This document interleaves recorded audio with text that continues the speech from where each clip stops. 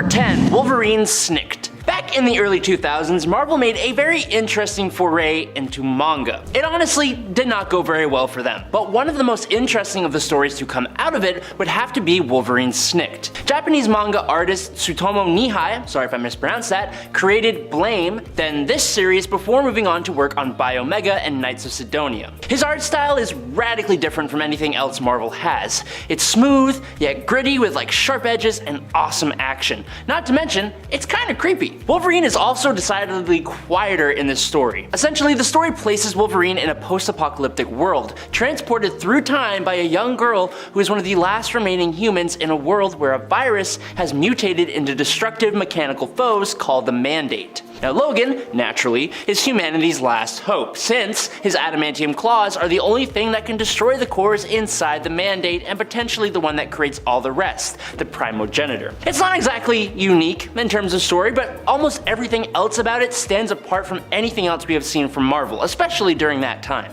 Number 9, Doom's Revenge. After the beginning of Dark Reign and Dr. Doom being released from prison, he heads home to Latveria, and he eagerly awaits the return of his master, a guy called the Marquis of Death. The Marquis shows up with his mysterious new apprentice in tow and slowly seems to gauge Doom before asking him if he thinks he's been as dangerous as the Marquis trained him to be. Doom says yes, but the Marquis seems to disagree. He thinks that Doom has wasted his opportunity and tries to punish him for it. The next issue is a battle between Doom and the Marquis, but in the end, it turns out that the Marquis is much more powerful than anyone thought and was just messing with Doom's perception of reality, making it so that he believes that it is 5 years in the future and Doom has led all the heroes of the Earth to defeat the Marquis, and now Doom is married to the Invisible Woman and is about to have a child with her. That was all an illusion created by the Marquis just to be cruel to Dr. Doom. He then sets Doom on fire, turns his heart to stone and his blood to acid, and deposits Doom's dying body into a time machine and drops him millions of years ago in the mouth of a megalodon. The Fantastic Four fight with the Marquis for the next 2 issues, finally figuring out a way to defeat the Marquis of Death, and it's at that point that the Marquis' new mysterious apprentice, who I just talked about, reveals himself to be Dr. Doom in disguise this whole time. He's lived 1,000,000 years just to get back to this point in time so that he could gain his revenge, which he does, impressing the Marquis in the process. Number 8,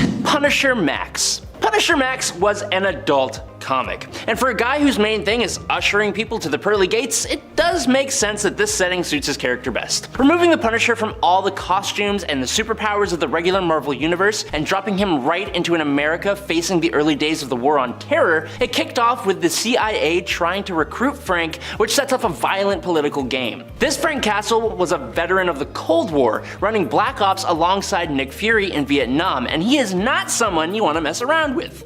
He soft deletes microchip during the very first storyline just for helping the CIA to even find him. His enemies here are also much more threatening and scarily realistic compared to anything that Earth 616 has thrown at the Punisher, with a big shout out to Barracuda, another former soldier just as ruthless and skilled as Frank is. Punisher Max shows the very real physical and emotional damage that Frank Castle's crusade would actually cause him in real life, obviously with a tiny suspension of disbelief that comes with it being a comic book. If you choose to give it a read though, just be warned, it is extremely graphic. Number 7, X-23's origin. X-23's origin story was told in the 2004 miniseries X-23 Innocence Lost, which takes Laura Kinney from conception to independence, and man does she go through the ringer. Laura, unlike most of the other mutants, was created in a lab. This lab was called the Facility, and it's where attempts were being made to clone Wolverine/Weapon X from a recovered sample of his DNA. The problem is that the sample was incomplete, resulting in constant failures. It was the work of brilliant geneticist Sarah Kinney that finally made the project a success when she combined her own DNA with that of the sample to create a genetic replica with near identical powers to the original Wolverine. This clone became labeled X-23, but Sarah secretly named her Laura. Laura. X-23 was trained from birth to be an assassin, treated fairly extremely and exposed to a trigger scent that would cause her to lose all control and give in to a brutal rage. The organization used this trigger scent to have her wipe out her sensei, as well as to make money off of her as an 11-year-old super assassin. Eventually, her mother realized that she needed to free Laura. She also learned that the facility has created more clones, intending to train them in the same way, and she decides that she has to take them out. Thanks to Sarah, X-23 manages to destroy the facility and the clones, but as she escapes, she discovers that the facility have put the trigger scent on her mom. Sarah ends up being taken out by Laura herself, passing away in her arms before X-23 finally escapes. Number 6. The Reigning. After the passing of Odin at the hands of Surtur during Dan Jurgens' 1998 to 2004 run on Thor, Thor ends up becoming king of Asgard, and, well, Thor ends up being a pretty bad king. He is harsh, lacks patience, and he makes some really questionable choices with the Odin force power that he now wields. Choices like going off fighting frost giants, getting together with Amora the Enchantress of all people, and in a really odd move, Thor decides that Asgard should invade Earth. Thor uses the resources at Asgard's command to try and forcibly solve all of Earth's problems. Instead of trying to lead humans to be better, he just solves our problems, and while there is a lot of good done by that, a lot of people are resistant to this. A coalition of different countries stage an attack against Asgard, destroying both it and New York City, pushing Thor even further into becoming a sort of dictator. He failed the Koran Kata, which is the test of character put in place by the Council of Godheads, and if that weren't enough, Thor eventually becomes unworthy of Mjolnir when he takes the life of Jake Olsen. He gains religious followers, makes enemies of his friends, and fights and imprisons other Avengers, but he does indeed become the ruler of Earth over the next 200 years, only to reverse it all when he realized how he was still a failure in the eyes of his new son. Number 5. DC vs. Marvel. The 90s were a rough time for comics in general, but especially with DC and Marvel. To help fight flagging sales, the company staged a crossover that saw their universes get all mashed together. The 1996 series called simply DC vs. Marvel did exactly what it claimed to do. Heroes and villains across both universes ended up facing off. Storm faced off against Wonder Woman, Superman fought the Hulk, and for whatever reason, Robin faced Jubilee. I don't know. DC vs. Marvel was a shameless fan service, and no one cared because it was awesome. Sure, it wasn't particularly that well written or drawn, but whatever. All the outcomes of each match were decided by fans, which resulted in some kind of very strange victories, I'm gonna be honest. The notable thing about DC vs. Marvel is how singular it is in history. A crossover like it hadn't happened before, and it probably will never happen again. But I, for one, am just glad it happened at all. And now those comics exist forever for everyone to enjoy whenever they want. Number 4. Time runs out. Or the incursions. So, during Jonathan Hickman's Avengers and New Avengers, these things called incursions started to happen, orchestrated by the Beyonders. Essentially, two multiverses would crash together, destroying them both, and the focal point for that crash was the Earth itself. When the incursions started to threaten the multiverse, Namor the Submariner had a different view from the rest of the Illuminati, and during the incursion with Earth 4290001, Namor destroyed that Earth to save both universes and save his own Earth. When the next incursion presented itself right after, the Illuminati were going to just let it happen instead of destroying an entire planet. Standing against that, Namor teamed up with Maximus the Mad of the Inhumans, and then together they freed the prisoners of the Illuminati, which included the Black Order and Thanos, plus some insanely powerful additions. And they are very powerful. This group of villainous powerhouses were sanctioned by the United Nations to destroy the alternate Earths that appeared during incursions. Now, while Namor had planned to use an explosion to destroy the other Earth, Thanos, who pretty much took control of the group, led them in what was basically a complete and utter slaughter. And ultimately, that was for nothing because the incursions happened anyways, pretty much ending this version of the multiverse and bringing us the new Secret Wars. Number 3. Original Sin. Jason Aaron's Original Sin has a rather simple start. It begins with a murder investigation, and then it just throws everything under the sun at the heroes, making a huge splash. The inciting passing of Original Sin is Uatu the Watcher, an incredibly shocking character to be unceremoniously wiped out. Now, various teams of heroes try to search for the culprit, and they uncover some pretty shocking truths, but most of those truths have very little to do with Uatu's death. Uatu's name of the Watcher is literal. He sits up on the moon and just watches everything through throughout time. Uatu's eyes contain all the knowledge in the world, and that was what he was taken off the plane for. Uatu's eyes are stolen after his passing, and that results in pretty much everyone's secrets coming out and chaos just reigning. Thor loses the worthiness to wield his hammer, Professor X's will was discovered, and that's just the beginning. By the end of the story, it's revealed that a much older version of Nick Fury was behind all the madness. He wiped out Uatu for the knowledge of his eyes, and he has been secretly pulling strings in the universe for years, using life model decoys of himself to appear to the heroes as a much younger man. Number 2, the Eternal Max. Okay, so this comic is just weird. Most of the comics today have been weird, but trust me. So being a Marvel Max comic, we have to 1, forget everything we know about the main Marvel universe, and 2, be prepared for a lot of graphic scenes with a lot of nudity. Essentially, the Eternal Max follows the Eternals, but other than being the immortal servants of the Celestials, these guys are quite different. Taking place just before the dawn of mankind, the Eternals had been serving the Celestials for thousands of years, traveling from planet to planet to mine its resources. When the Eternals arrive on a planet, they genetically modify some of the local intelligent life into artificial Eternals, which they call deviants, and they use them as manual labor to make the job easier. When they arrive on Earth, they do the same thing, turning the proto-humans into deviants, but these deviants are shockingly similar to these Eternals. Now, in the past, the Celestials wiped out every single one of the female Eternals in order to force the male Eternals into servitude. So, when these new deviants were created, the male Eternals get all googly-eyed for the female deviants. A large number of the Eternals go against the rules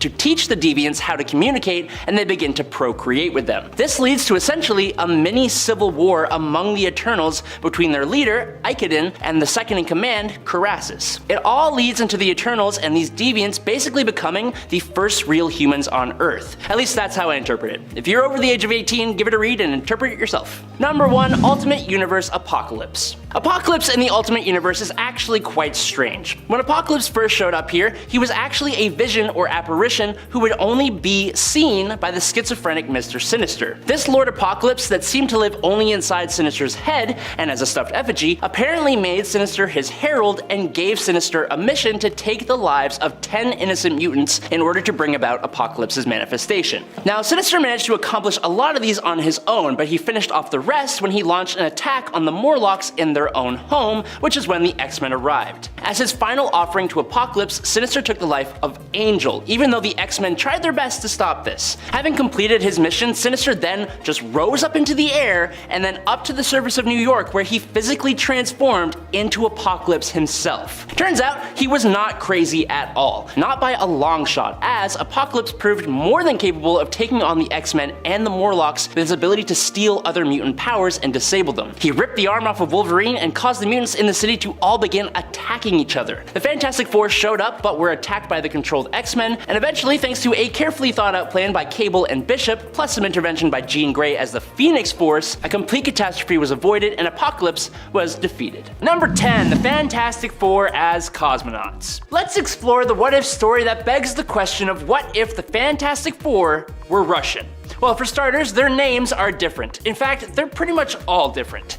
Now the UFFF, or the Ultimate Federalist Freedom Fighters, the team is made up of Rudion Richards, the commie Reed Richards, who instead of stretching can just pop off his limbs and send them out over long distances, which is way more alarming. Natalia Romanova, the 616 Black Widow, who is now Widowmaker and can control electromagnetic energy. Pyotr Rasputin, who is still just Colossus and has all those powers except his body and mind are deteriorating over time. And lastly, Pyotr's sister, Ilyana Rasputina, who seems to have the power of Sue Storm, but we only ever see her go invisible, which is way less cool than the 616 continuity. After the demise of Stalin, the team is put under KGB control, and Rudd Richards, easily the strangest member of this team, is not having it, especially after he accidentally ends the life of Giant Man while on a mission for them. Widowmaker then makes widows of the wives of the leaders of the KGB, and the superhero team goes on to fight for freedom and equality. I didn't think that's how it would go, but here we are. Number 9, World War II Space Nick Fury.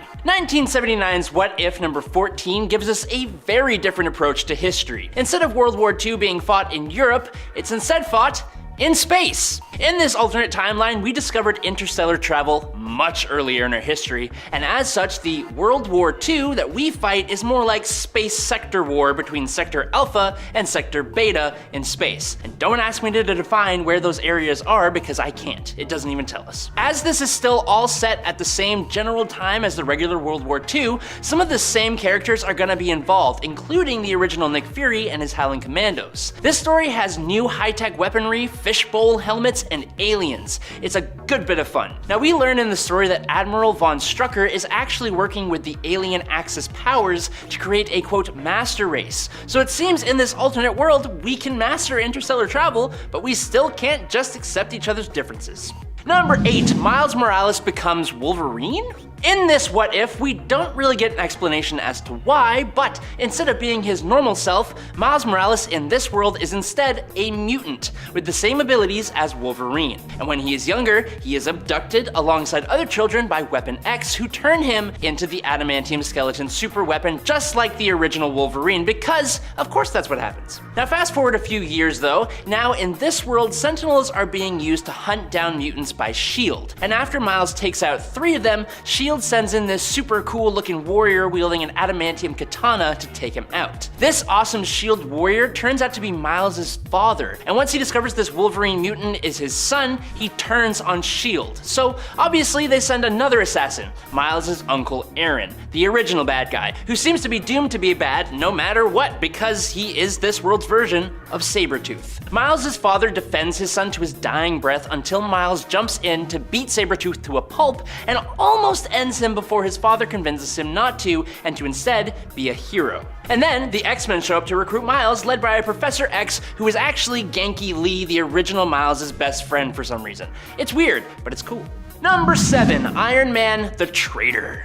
In one of the first ever what-ifs, when Iron Man is famously captured and forced to create weapons, he still creates the Iron Man armor, but the change comes when instead of booting up and busting his way out of where he is being held captive, the boot up sequence takes just a bit too long, and Yinsen's sacrifice doesn't buy Tony enough time. Tony is found and restrained before he can do anything. Now that he has been found and this new weapon, the Iron Man armor, is discovered, the leader of the terror organization, Chen Lu, plants a device in the arc reactor that keeps Tony alive, but that allows him to shut it off remotely if Tony doesn't do what he says. And he implants a communication device in Tony's skull so that Chen Lu can spy on and control Tony. Then he lets him be discovered and sets him free. Now, thanks to the fact that he can now control Tony, he forces him to become a hero like he would have anyways, gain the trust of the superhero community, and then he learns secrets pertaining to S.H.I.E.L.D. But it's once Tony is ordered to dispatch Reed Richards and goes to complete the mission that it's revealed that Tony had been recording a tape by speaking incredibly slowly, and he sent that tape to Reed, who, when he played it at a faster speed because he's super smart, he learned of the situation that Iron Man was in. Once their fight began, Iron Man eventually got, quote, incapacitated by Reed, who actually helped him remove the device inside Tony's heart, giving Tony the chance to get his revenge. Now, for a short and somewhat silly what-if story, it's actually really good. Number 6, New Fantastic Four. What If This Was the Fantastic Four is a comic that was a tribute to illustrator Mike Wieringo, who unexpectedly passed away while working on this story. And even if that wasn't the case, it's still actually one of my favorite what ifs. The original Fantastic Four is brought to an end by the Skrull agent Delilah, and in their place, a team of 4 other heroes step up to the plate, if not with a bit of reluctance. Spider-Man, Wolverine, the Incredible Hulk, and Ghost Rider. Now, Ben Grimm was the only member of the original team who survived, and at their funeral, he gave this new team his blessing while he went off to raise Franklin Richards. This new team came under attack from cosmic beings who seemed to sense that the Earth lost one of its major teams, but this was all orchestrated by Dr. Doom, as I'm sure no one is too surprised by. Thanks to Ghost Rider's inclusion on this team, Mephisto uses Doom and possesses him, and creates a team of the heroes' villains who are power boosted with infernal magic. It's Venom, Abomination, Sabretooth, and Sandman. This fearsome four, as they call themselves, do battle with the new team of Fantastic Four members, eventually being defeated, revealing the Mephisto-possessed Doom, who almost destroys the team until he's stopped by a combined effort of the citizens of New York, and Spider-Man, utilizing the disruptor that finished off the Fantastic Four in the first place, saves the people of New York, saves Dr. Doom, and he saves the day, because it's Spider-Man. Number 5, Man-Spider. Okay, so in this story, everything that happens to Spider-Man is exactly the same. Oh, except I left out the extremely important detail that in What If number 8 in 1978, this isn't Peter Parker, it's actually Webster Weaver, an anthropomorphized spider in a world of other animal people. Oh, yes, and he gets bit by a radioactive human, giving this spider the proportional powers of a human. Apart from that, and the villains being hilarious alternate versions like Marvin the Hunter, Culture Vulture, Rude Rhino, the Green Gobbler, King Pig, Octodoctopus, and Leaping Lizard, everything is just the same as it always is, until one day Reyes, the bug spray baron, threatened to destroy the ozone layer unless he was given $1 trillion. It turns out that Reyes is actually the guy who defeated Webster's Uncle Ben, or Uncle Bug as he's called in this comic. Man-Spider saves the day, Reyes is destroyed, and he swings back home to Aunt Mayfly. It's lovely. Number 4, the Fantastic Four with different powers. The Fantastic Four are known as the first family of Marvel Comics. Reed Richards, Sue Storm, Johnny Storm, and Ben Grimm combine great intelligence, sterling courage, and a staggering array of powers, making them one of the most powerful superhero teams in comics, and also one of the best families around. 1977's What If number 6 shakes things up by reimagining a world where the four acquire different sets of powers. This sets them on a dramatically divergent path. The story sees Reed, Susan, Johnny, and Ben subjected to the cosmic radiation that fans know gives them their powers, but this time around, Johnny becomes a living robot, Ben sprouts giant dragon wings, and Susan gains the ability to stretch her body to great lengths like Reed could. Reed, well, he kinda draws the short straw. He's transformed into a bodiless brain. The explorers band together as the Fantastic Four, but Reed's nature as a disembodied organ kinda leads to some problems, as you might suspect. Susan grows closer to Ben instead of Reed, and Reed despairs of ever getting her to love him again. Dr. Doom soon takes advantage of Reed's state by stealing him away for his own ends. Now, after a thrilling battle, Reed and the others manage to overcome Doom. Reed also manages to transfer his mind into Doom's body somehow. This means this new Fantastic Four consists of a winged Ben Grimm, stretchable Susan Storm, metallic Johnny, and Reed alive in the body of Dr. Doom. Kinda crazy.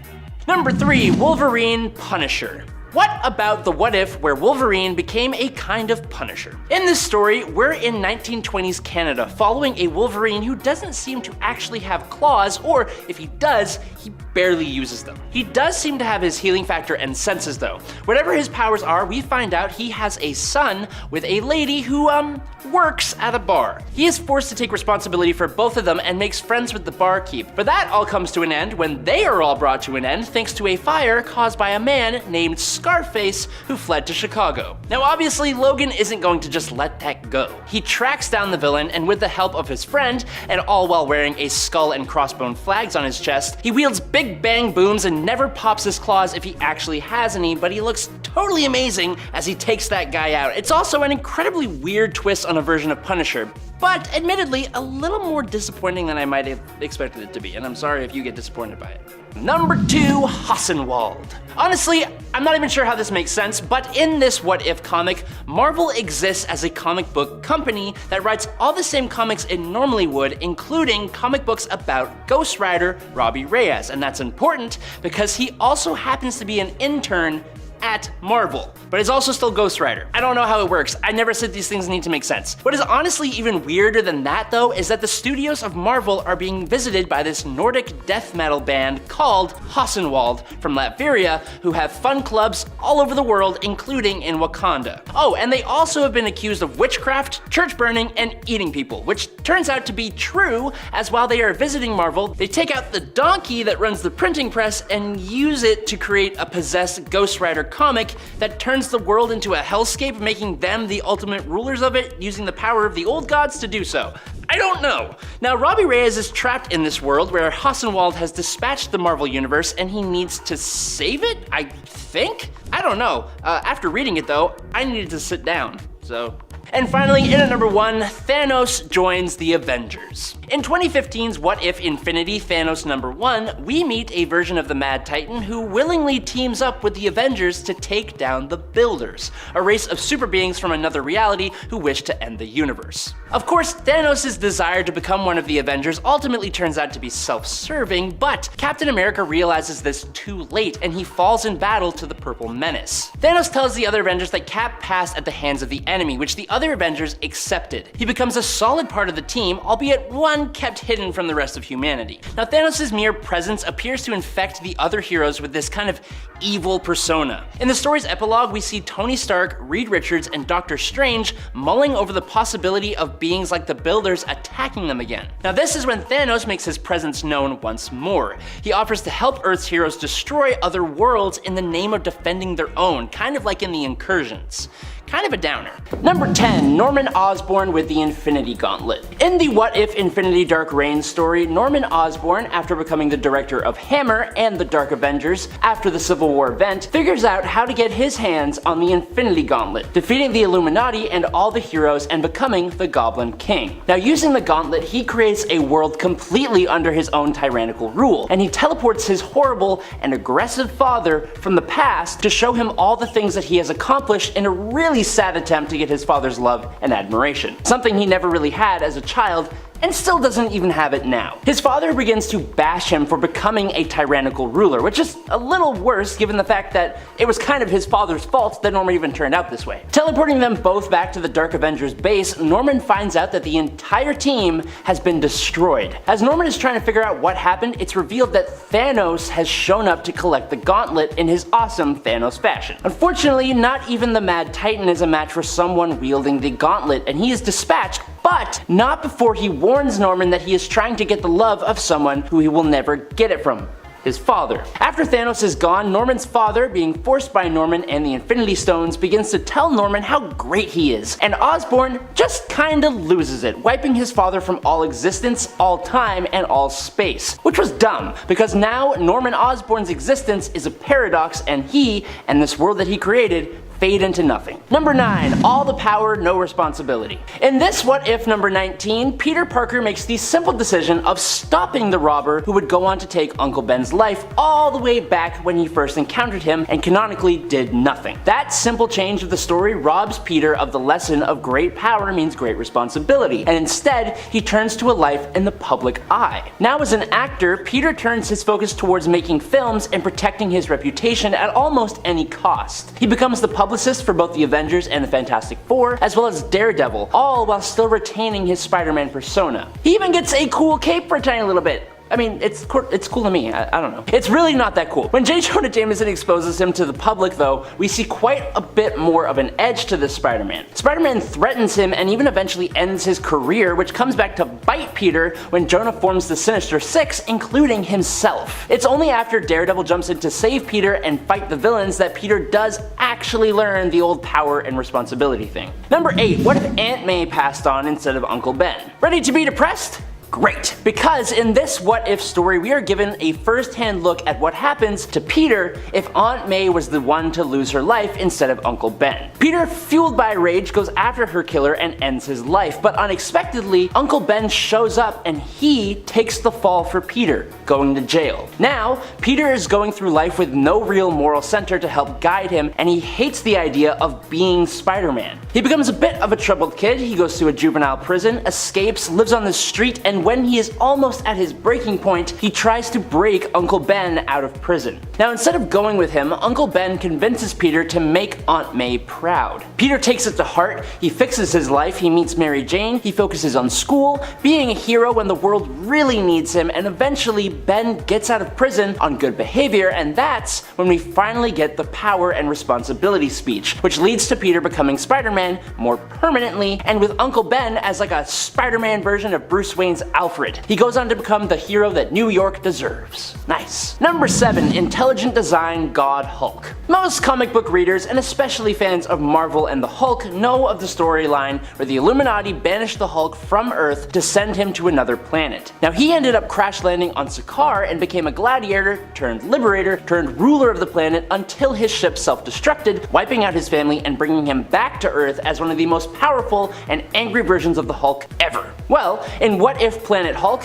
it ends up asking the question, what if the Illuminati's banishment had hit its original target? Because of an unforeseen anomaly and Bruce kind of losing his mind, in the main Marvel Universe, Hulk was thrown off of his original course, which is what got him wound up on Sakaar in the first place. In this story, Hulk lands on the incredibly peaceful and serene planet that he was intended to, and sure, he goes a bit ragey at first, but he eventually realizes the planet is inhabited by a race of peaceful tiny little creatures, and they're super cute. Over long periods of time, the Hulk helps this race to evolve and survive against the threats of this planet, and even become a thriving civilization kinda similar to humans. They end up viewing the Hulk as their god, and he basically acts as one, leading them to wealth and prosperity and keeping them safe. Number 6. The world knew Daredevil was blind. One day, when fighting against Electro with Spider-Man, Daredevil is unaffected by a blinding flare set off right in front of his face by Electro. Now this event kinda clues in Electro to the idea that maybe this Daredevil guy is kinda blind. And when Electro and Spider-Man ask Daredevil what color Electro's costume is, it kinda seals the deal. Electro lets the whole world know by leaking this info to the Daily Bugle after Spider-Man actually sorta makes fun of Daredevil, which is mean, saying it makes sense why he chose the yellow costume because he obviously couldn't see how bad it was. Damn, Spider-Man. The villains then begin to take advantage of this massive secret weakness for Daredevil, and while he is able to hold his own still, he eventually decides to undergo an experimental treatment that restores his sight but removes his super senses. Now, powerless, Matt Murdock and Karen Page get married and have a normal life, with Matt becoming the district attorney. So it did actually turn out pretty good in the end. Number 5. Dazzler, the Herald of Galactus. Dazzler in Marvel Comics is a super underrated mutant and mega pop star with the power to convert sound into light, which is pretty good for a musician, and especially so since she uses this power to literally dazzle people at her concerts, as well as fight bad guys with a surprising level of power and efficiency. Well, in What If number 33, Dazzler is chosen as the new Herald of Galactus, being apparently the only being who could retrieve the old Herald who had hidden himself in a black hole. Now Dazzler does this by using her light-based powers, and then Galactus just sends him back into the black hole as like a punishment, I think? It's kind of weird, but this is a What If comic, so just go with it. Dazzler was then given a huge boost with the power Cosmic, and for some reason, even with her new boosted up powers, she decides to keep the disco ball rollerblades. I don't know. She's actually really torn up about having to leave her world, but she does vow to at least do good by not letting Galactus eat inhabited planets, which Galactus actually obliges this time because it seems like he's kinda got the hots for Dazzler. I'm not joking, that's actually kind of the reason. There's a whole conflict with an armada, and then Galactus releases her to go back to Earth, which has been the victim of an apocalypse in her absence, and then she decides to go back to join him yet again as some kind of weird, twisted love story. It's really strange. Number 4. Thaddeus Hulk Ross. So it turns out that if Thaddeus Thunderbolt Ross were the one to save Rick Jones from the Gamma Bomb all the way back when, and became irradiated and became the Hulk, he wouldn't last very long, like at all. That's what happens in What If General Ross had become the Hulk. Gamma affects everyone differently, as the Watcher tells us, and for the General, he immediately turned into a Hulk, but retained his intelligence only without being able to speak or handle the situations he was now in properly, like the intelligence was all internal. For example, he accidentally completely squashed Rick Jones. He stopped Igor, the Russian spy who caused the Gamma explosion, but caused untold damage in the process, and while fighting the military, he threw a tank that traveled all the way to the house of Betty Ross, his daughter. The tank he threw crushed the house with Betty inside. He then unknowingly went to find her, as she would be able to help him with the Hulk problem, but all he found was the result of what he had done, and a weeping Bruce Banner. Ross transforms back into his regular human form, which allows Bruce to end the life of this now tormented Ross. This one's kind of depressing. Sorry. Number 3. American Civil War Captain America. I've talked about this one a lot, and I'm sorry. The story of What If Captain America starts out with our Steve Rogers and Bucky Barnes time displaced to the Civil War era.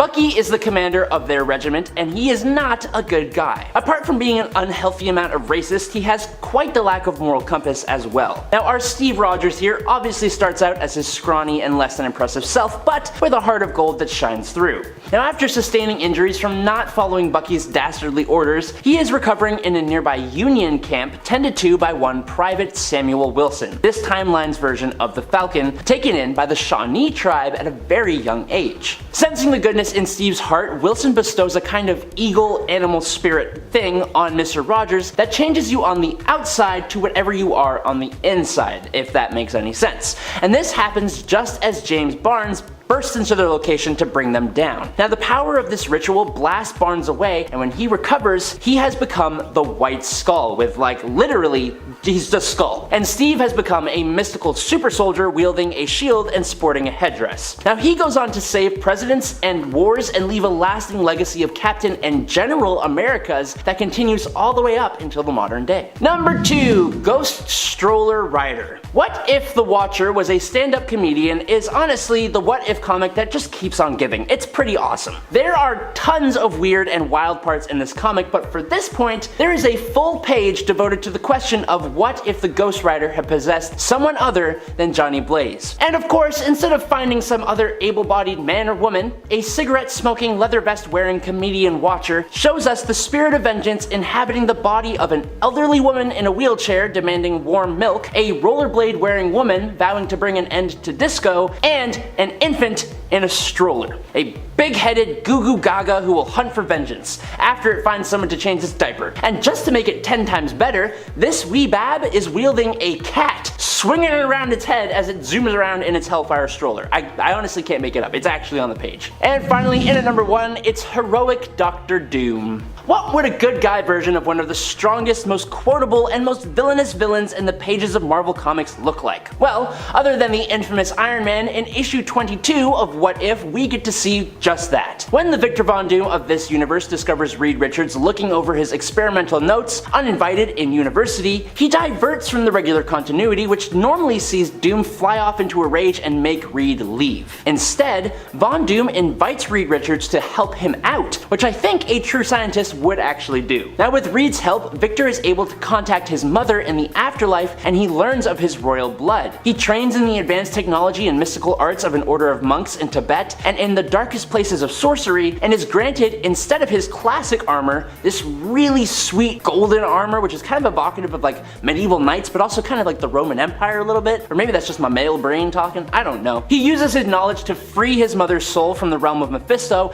and uses his technology and sorcery to free his kingdom from an oppressive ruler, and all goes really well. Until Mephisto comes back demanding the soul of his lover, Valeria, in exchange for the freedom of his people. Then he battles Mephisto once every year to try and save his love, similar to how he does the same for his mother in the normal continuity, only now he's widely seen as a hero. Number 10. What if Daredevil killed the Kingpin? That's exactly what happened in issue number 2 of the 1989 series. Following the events of Born Again in this alternate reality, Matt Murdock loses his mind, driven insane as a result of being tormented by Wilson Fisk, which honestly makes sense to me. I know I would be driven insane if all of that stuff happened to me. This causes Matt to take the fight directly to Kingpin, who he simply takes out by shooting him. After this detail is exposed, everyone is basically on his trail, including Punisher and Spider-Man. When Matt goes to beg for Richard Fisk, Wilson's son's, forgiveness, even Hobgoblin gets involved in this fray. While Matt ultimately dies in the fight protecting Richard from Hobgoblin, Richard, in an unexpected twist, ends up carrying on the Daredevil legacy. Which I guess shouldn't be too unexpected if you know about, 2099, where it's kind of what happens in 2099. And friends, before we move on to our next spot on this list, if you love what we do here at Top 10 Nerd, why don't you show us you love us by clicking that subscribe button. Number 9. What if Spider-Man had joined the Fantastic Four? Now, you'd think this would actually be one of the happier what if stories, considering when Spider-Man started out, this was actually like one of his dreams to join the FF team, but he was denied it. However, in this universe, They do decide to allow Spider-Man to join them, making his dreams come true, but it actually ends up worse than if they just refused him like they did in the main continuity. I also think that this first issue of What If is pretty important as it really sets the tone for what these hypothetical comic stories could be, a look into a much darker reality where not everything goes according to plan. But we don't have to really deal with the consequences long term because, you know, these stories are like windows into other more distant worlds, so they don't affect our main world. We can kind of just see like, I wonder what that world would be like. Terrible? Yep. In issue number 1 of the first volume of What If, Spider-Man ends up joining the Fantastic Four team, which I believe they renamed themselves to the Fantastic Five. Still has a pretty good ring to it actually. When Susan Storm actually makes the suggestion that, you know, maybe letting him join wouldn't be such a bad idea, so Sue is actually the one that kind of gets him on the team ultimately here. But in the end, this results in her feeling often left out, shunted from this team as a result of Spider-Man's impressive presence. He just completely outdoes Sue, so she feels pretty left out. This causes her in the end to choose to remain with Namor, ultimately leaving the Fantastic Five team, something for which Spider-Man blames himself and which leaves a massive hole in the team and a massive hole in Reed's heart. Number 8. What if Spider-Man became a murderer? This is maybe the brightest of the darkest what if stories that I have on this list, but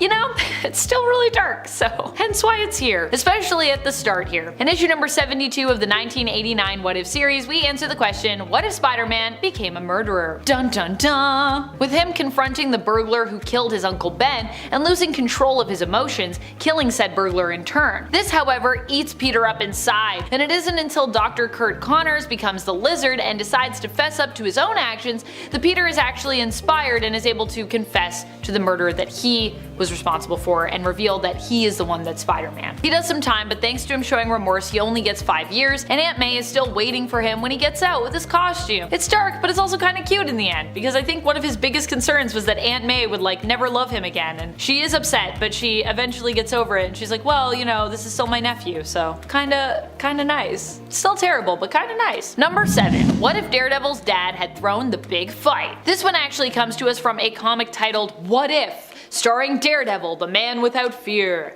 But the question posed in the intro is, what if Daredevil's dad had thrown the big fight? Which is that's why I named the point that. It might not seem as dark as some other tales in the what if category, but the intro literally also poses the question in this issue. What if we shed a little light on the dark side of the Marvel Universe? And the story definitely delivers there, I would say. Here, Matt's dad takes the dive for his son and earns the money needed to send him to law school. Sounds pretty good. There, Matt meets Elektra. Also sounds pretty good. The two have a love affair that ends when her father is killed and they're both unable to save him together. Okay, it's starting to turn kinda dark. She leaves and Matt is then forced to deal with his own family tragedy as his father ends up in the hospital after a hit in a fight leaves him comatose. Okay, it's getting darker. Unable to afford the bills, he drops out of school and himself becomes a fighter, but when he is asked to take a dive for a paycheck, he refuses. As punishment, his father is killed, and Elektra returns to encourage Matt to seek retribution. This is where it gets pretty dark, I would say. Matt basically goes after Wilson Fisk with his intention to do it his own way. Now, he doesn't want to kill him, but he just wants to expose him for his illegal business dealings, which is a very Matt Murdock approach, I would say. In the end, though, Elektra kills Fisk for Matt basically during this confrontation, and Matt chooses to incriminate himself in the murder because he feels guilty about Kingpin's death. Yikes. Number 6. What if someone else besides Spider-Man had been bitten by a radioactive spider? This what if comic, issue number 7 from the original series from the 70s, actually has 3 stories in it. In one of them, Flash Thompson tries on the role of superhero as he ends up becoming the one fatefully bitten by the radioactive spider that day in the science lab on the student field trip. And if you're wondering, well, Amanda, you know, Flash Thompson actually has been a hero. I know he's been a hero in the main continuity, but I mean, in this reality, he's trying on the superhero role of Spider-Man. He becomes Spider-Man and does his best to be a great hero, but actually dies during his attempt to be one. Sad. He fights the Vulture, and it's during a battle in the sky where the Vulture successfully manages to kick Flash off of him that Flash's Spider-Man falls to the ground. Unable to find much in the way of cushion or slowing his descent, the fall does him in, and Peter Parker finds Spider-Man in the alleyway, unmasking him to recognize the face of Flash Thompson, the ire of his high school experience. Now acknowledging the fact that Flash was Spider-Man though, Peter seems to forget all about this as he actually mourns the loss of Thompson, which makes it even more sad. Number 5. What if the alien costume had possessed Spider-Man? One of my personal favorites and definitely a dark story. This one involves Spider-Man being fully overtaken overtaken by his black suit, after Reed attempts to remove it. In the end, Peter is drained of his life energy by the suit, which does inevitably leave him. Prematurely aged by this process, he ends up dying of old age, with Black Cat being the one to get revenge for Peter by killing the symbiote for good. It also features a very sad scene between May and old Peter, who poses as a colleague of Peter's from the Daily Bugle and basically comes to tell Aunt May before he dies how much Peter loved her. This sad and tragic what-if tale comes from issue number 4 of the 1989 comic series, if you would like to revisit it, as I have. Number 4. What if the Hulk had killed Wolverine? This story comes to us from issue number 50 of the first volume of the Marvel What If series. Here, Wolverine and the Hulk fight, as, is common, but this time during their, what I believe is intended to be their first fight, Wolverine ends up dead. This is all because Hulk is being used as a pawn by Forge's powerful nemesis, the Adversary. Very creative name, the Adversary. I wonder what that guy's about. Is he an adversary? He certainly is. In the end, Hulk threatens the lives of pretty much all of the X-Men, but does not end up killing them all. Once the Adversary reveals himself, Hulk attacks him, weakening him briefly, just long enough for Forge and Storm to basically escape his clutches. They strike back against him, and with Forge managing to cast a spell to defeat the Adversary, and basically seals the Adversary off in another realm, banishing him from their reality for good. Still, while there are survivors of this battle, when Hulk transforms back to Bruce Banner, Bruce is confronted with the fact that he has taken multiple lives during this rampage, and that pretty much breaks Bruce, so I would say this is pretty tragic. Number 3. What if the Punisher had killed Spider-Man? This comic has maybe one of the darkest endings around. In it, Punisher is tricked into killing Spider-Man. He's promised basically funds to help him in his fight against crime and those who took his family from him, and Frank is also made to believe that Spider-Man himself is a criminal and is not actually a hero. However, after killing Spider-Man, Frank learns the truth. He manages to track down the man who misguided him, the Jackal, aka Professor Miles Warren. He figures out that the Jackal is Warren, and insists that they wait for the cops instead of just, blowing Warren away. However, when the cops do arrive, it's revealed what Frank's real plan is here, to basically kill the Jackal in front of the cops and in return be killed by the cops, believing he deserves himself to be punished for what he did to poor Spider-Man. This all goes down in What If issue number 58 from the 1989 series. Does seem like a Frank solution to a problem where he blames himself or something. Number 2. What if Flash Thompson became Spider-Man? I was kind of thinking that maybe in this story, Flash, might get a break here. But even here, he has a pretty bleak tale attached to him in another alternate reality where he also becomes Spider-Man instead of Peter Parker. The story culminates in a heated moment where Peter discovers Flash's secret, that he's Spider-Man. Filled with rage, Flash doesn't listen to Peter's pleas for help, and instead blames him for everything that has gone wrong in his life recently, shouting at Peter, "You ruined my life," before hitting him with a deadly punch that basically cost Peter his life. This story comes from the 2018 What If Spider-Man comic, and I would recommend checking this one out. It's wild. Number 1. What if Phoenix had not died? The title for this story makes it sound like it might even be a positive and happy story, but don't be misguided, it's not happy. Well, it starts off pretty optimistic with the Phoenix not dying but being redeemed and even helping to defeat Galactus. In the end, the Dark Phoenix power does consume Jean, causing her to turn on her teammates, so she becomes, dark again. She kills not just the X-Men, but the world in her rage and sorrow, with her anger and fire continuing to spread outward, engulfing the universe. So not only do her friends die, the X-Men obviously, the world, but the universe is also completely endangered. So yeah. Number 10. Shame of Thrones. Weird, but in a great way. Because for this story, we are heading over to the alternate reality belonging to the Little Marvels. Over in the Infinity comic Giant Size Little Marvels issue number 4, we get a glimpse into Dr. Von Doom's lair and his evil game night, which apparently happens every other Tuesday, according to Magneto. However, the whole issue consists of a tangent where the invited villains complain that Doom is the only one who gets to sit in a throne while they game, whereas they're all relegated, to normal seats. Doom argues it is because he's the most accomplished ruler among them all, and that he answers to no one. However, his mom has something to say about that. Vicky? Number 9. What if Sergeant Fury had fought World War II in outer space? I was literally going to just say that to introduce the story, but then of course it's already been said because that's the name of the story. In this comic, we get to see what it would be like if, in addition to the general opposition during World War II, there were also aliens involved, who wanted to, of course, invade Earth. As such, the Howling Commandos take to the stars to fight against German World War II soldiers in addition to alien invaders known as the Batans. Did I also mention that Nick Fury is still smoking throughout this entire issue, even while he's wearing a space helmet? While some things would change in this scenario, it seems others would remain the same. How do you even smoke in a space helmet?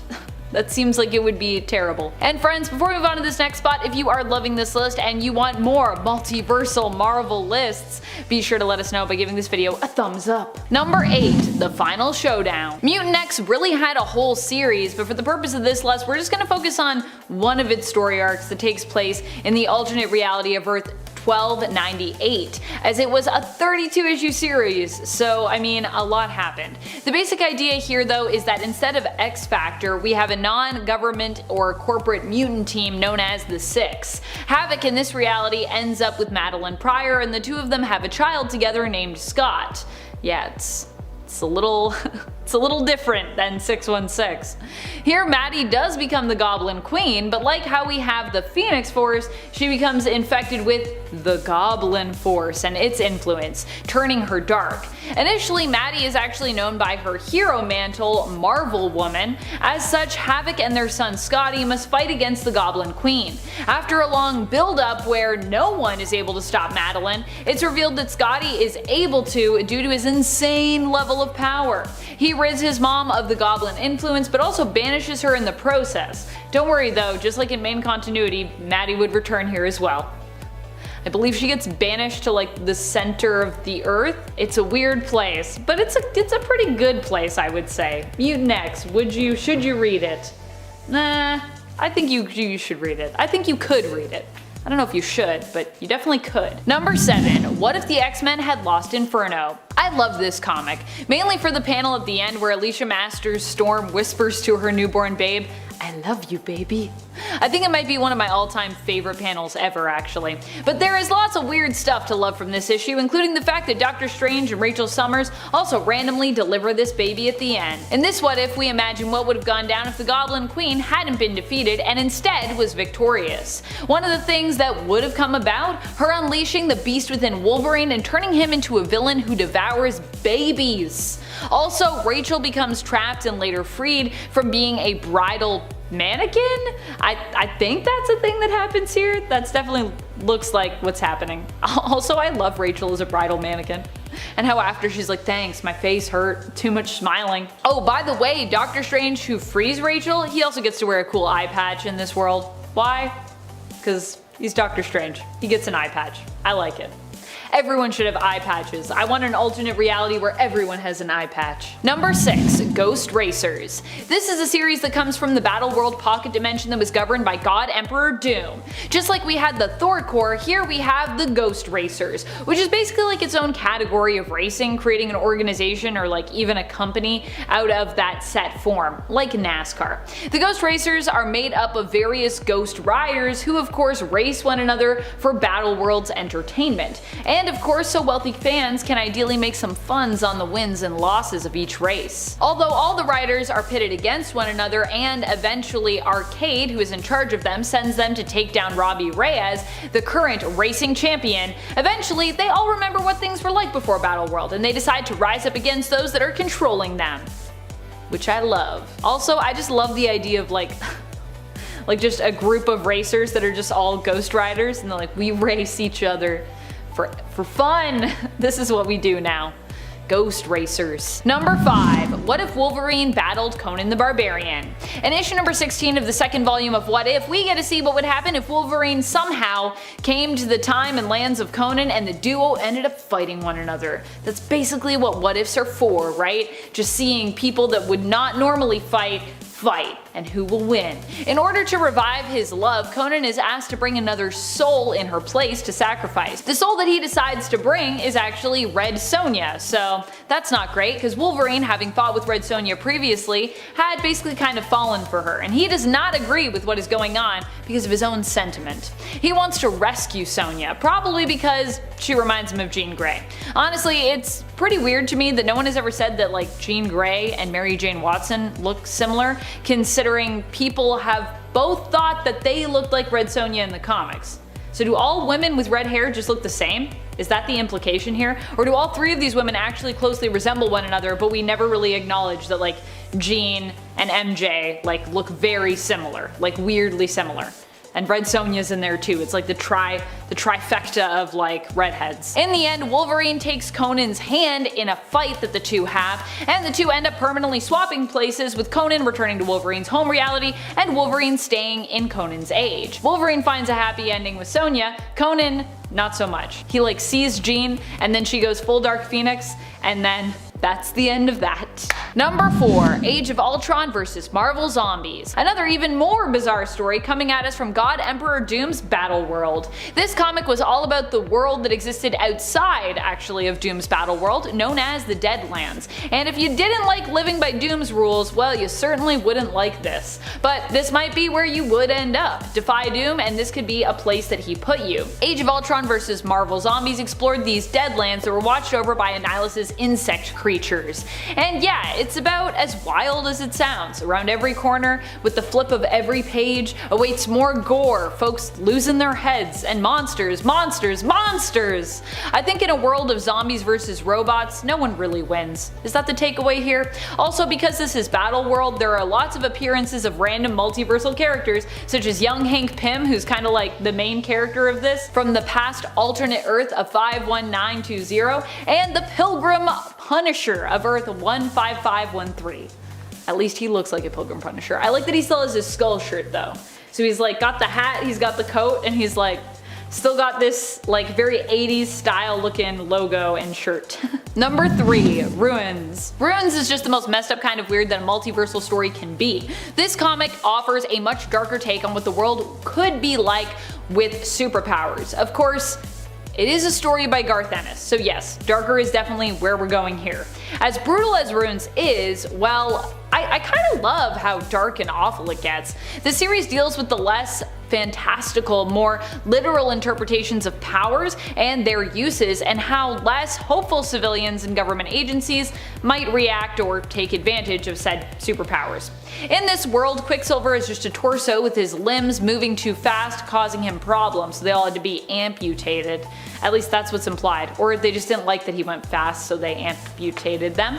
The Hulk is an irradiated pile of tumors, which ultimately dies under the weight of his own mutation, and the Silver Surfer ends up driven mad by his own cosmic existence, taking his own life by clawing his own chest open while floating through space. This is a bleak and disturbing world filled with pain and suffering, not heroes in capes. That's part of what makes it great, and part of what makes it weird, and part of what makes it horrifying. Number 2. What if Conan the Barbarian were stranded in the 20th century? And if you thought Wolverine and Conan fighting was weird, it just gets a whole lot weirder with this issue. However, I guess I should say that it gets a whole lot less weird, as the previous Conan What If we talked about was actually from the second volume of the series, as opposed to this issue that we're talking about, which is actually from the original series. In issue 43 of What If, we learn what would happen if Conan, instead of just coming to the modern day, was stranded there and stuck there.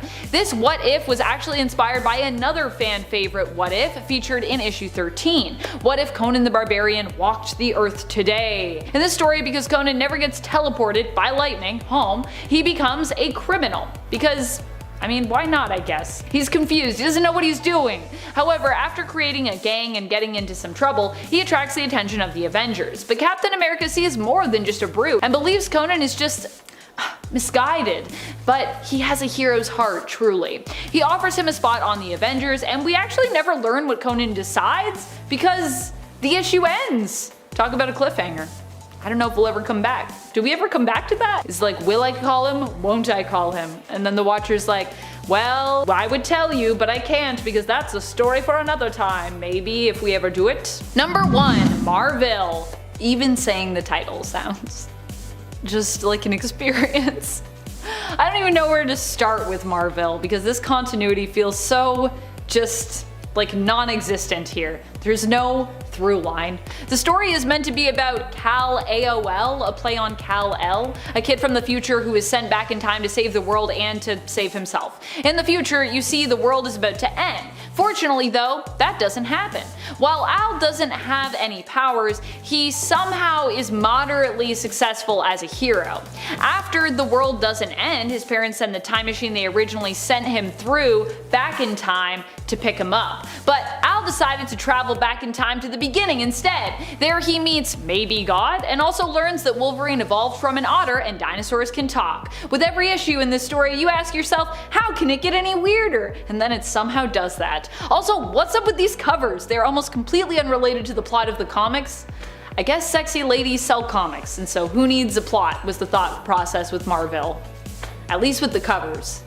And maybe with the inside of it as well, because I don't really know what the plot is about. Number 10. What if Spider-Man had never become a crime fighter? What else would Spidey get up to? Well, in the long run, he basically ends up as a kind of television personality, an actor, and a producer. Spider-Man makes movies that he stars in as an action hero, but still keeps his identity a secret. In the end, he works toward promoting other vigilantes through films that he produces, and still ends up getting involved in crime fighting of sorts. A ton of villains in the form of the Sinister Six end up fighting against him. Well, really they end up fighting against Daredevil, and then Spider-Man's like, Daredevil, help me. But in the end he's like, I gotta help because Daredevil's just one guy and he doesn't really have superpowers in the same way that Spider-Man does. Included in this Sinister Six team up is J. Jonah Jameson, who blames Spider-Man for the destruction of his life and his paper. In the end, Spider-Man realizes that he really mucked up by using his powers for gain instead of for good, which, fair.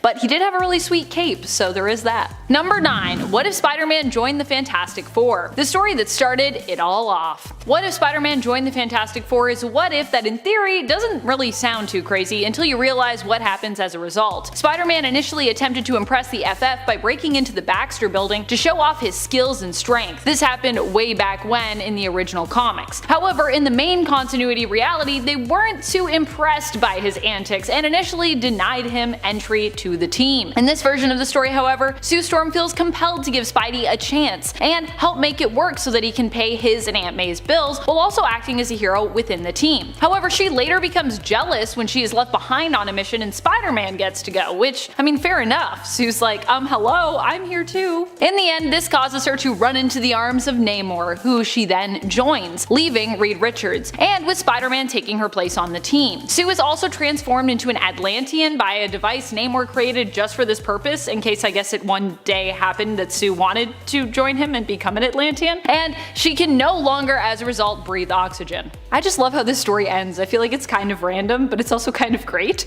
I just ship Sue and Namor so much, that's the problem here. I'm into it. I'm like, yes, Sue, be Namor's conscience. Rule the underwater kingdom. And friends, before we move on to this next spot, if you are loving this list and you want more lists like it and more what if videos, be sure to let us know by giving this video a thumbs up. Also, we got a what if playlist, so go click the playlist wherever it is on the screen. I don't know, is it here? Is it somewhere? Click it. Number 8. What if Thanos joined the Avengers? Just even saying this title feels weird. This one comes to us from the one-shot What If Infinity Thanos. In this story, Thanos ends up joining and being accepted into the Avengers while they face off with the Builders. He and the team succeeded in defeating their enemy, but at great cost, losing Captain America along the way. In a shocking twist of events, even more shocking than Thanos becoming an Avenger in my opinion, he also ends up taking up Cap's shield after he dies in battle, and almost seems to mourn his loss? It's a weird one, but if you want to see Thanos rub shoulders with Thor and Captain Marvel, then this is definitely the story for you. Number 7. What if you were Spider-Man? This is one of those very short stories that is summed up within basically a page, or in this case, 2 pages, 2 panels. Here, the what if question posed is, what if you, yourself, were Spider-Man? I mean, if I were Spider-Man, I would probably carry my partner a little more securely while swinging around town, and I'd try to be a little kinder to myself when it came to all the self-guilt and blame that we usually see Spider-Man feeling over all of his failings. I'd definitely be doing weekly therapy sessions if I were Spider-Man. But don't think too hard about what you do differently or the same as Peter Parker, because the end to this what if is pretty hilarious and dark all at once. Because you are then greeted with a panel featuring a tombstone that says, "Here lies Spider-Man," where there is also a little space for you to fill in your name, and a bunch of villains surrounding it. Because of course, none of us average Joes could make it as Spidey. Har har. But also, it's probably true. I don't think I could actually make it as Spidey. Although we would have powers, right? I guess if we didn't have powers, we'd really be screwed though.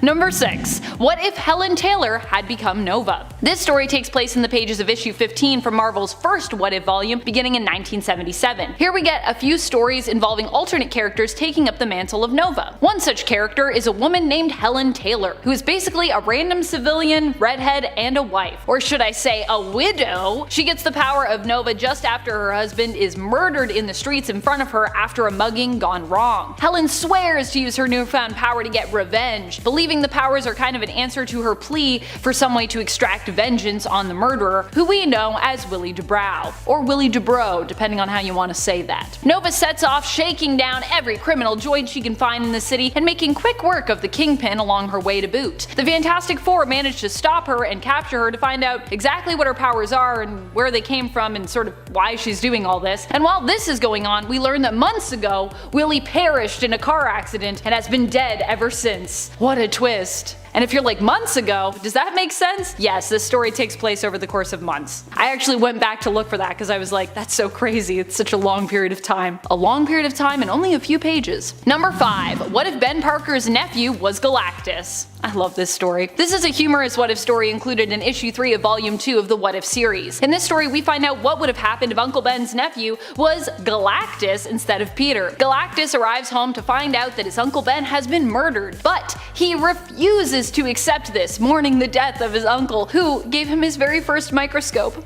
Oh no. With a mere thought, he vaporizes his uncle's murderer, reducing him to protoplasmic slime. Then he uses the power cosmic to restore his uncle to full health, even giving him powers and turning him into a Silver Surfer version of himself. Silver Uncle Ben? The story has a happy ending with Aunt May satiating her nephew's hunger with a very hefty helping of wheat cakes. Oh, it's so great. It's so wholesome.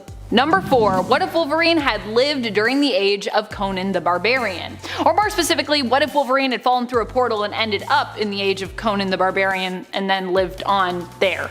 Yeah. This is what happens here, and of course, because this is what this story was always meant to be about, Wolverine and Conan end up going head to head, because we all know this is really a what if Wolverine and Conan fought each other story. In the end, Wolverine falls for Red Sonja because redheads, and Conan also ends up falling for Jean because redheads, after he falls back through a portal that sends him to Wolverine's time by accident. All in all, Conan ends up getting pretty messed up here, losing his hand, and then when he does return to Wolverine's time, without Logan's presence, Jean ends up going full Dark Phoenix and basically destroys the universe. Meanwhile, it's a happy ending for Wolverine, who stays in Conan's age and ends up with Red Sonja. What a strange but fantastic adventure. You can check this one out in issue 16 of the second What If volume, starting in 1989. Number 3. What if Spider-Man married Black Widow? This one is another one-panel story brought to us in volume 1's jam-packed humor issue, issue 34. Here we see a one-panel story that answers the question, what if Black Widow and Spider-Man ended up getting married? This is also just a strange question to pose, as these two, well, they don't have a ton of interaction in the comics, and they've never really been known to have any kind of long-lasting romance that could potentially lead to wedding bells. However, there could be a reason for that, it turns out. The what if uses a bit of wordplay for this scenario, implying that because Natasha is a Black Widow, she would end up eating Spider-Man. After all, that is what Black Widows try to do, in nature that is. I don't know if Black Widow could actually catch Spider-Man in the comics. I feel like he might be a little too fast, and he's also got a spidey sense, but whatever, it's just a fun what if story, so taking it way too seriously.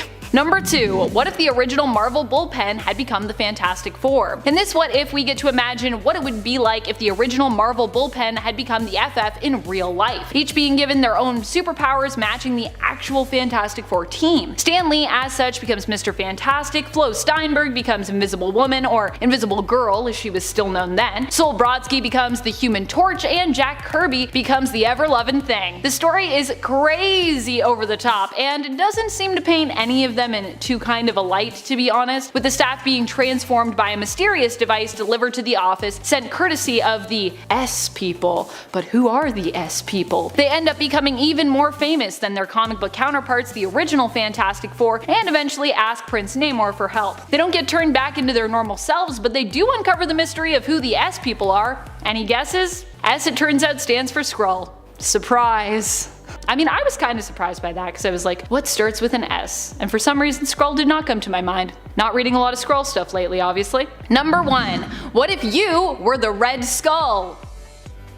I get the idea of what if you were Spider-Man, but what if you were the Red Skull? I mean, out of all the villains to pick, that is certainly a weird one to include here, Marvel. I did not see that coming. This story is also featured in issue 34 of the 1989 volume of What If, right under Spider-Man. Now, I see what they were trying to do, give you the option of a what if you were a hero or what if you were a villain, because, you know, that seems kind of fair. But I mean, given Red Skull's history, it just seems like a weird one to include when you could have picked, I don't know, a bunch of any other villains that exist that people might want to be more. Like, what about Doctor Doom or Green Goblin, which would make sense with Spidey, or even sometimes villain, sometimes hero, all-time thief, Black Cat. I mean, I would want to be Black Cat. Wouldn't you want to be Black Cat?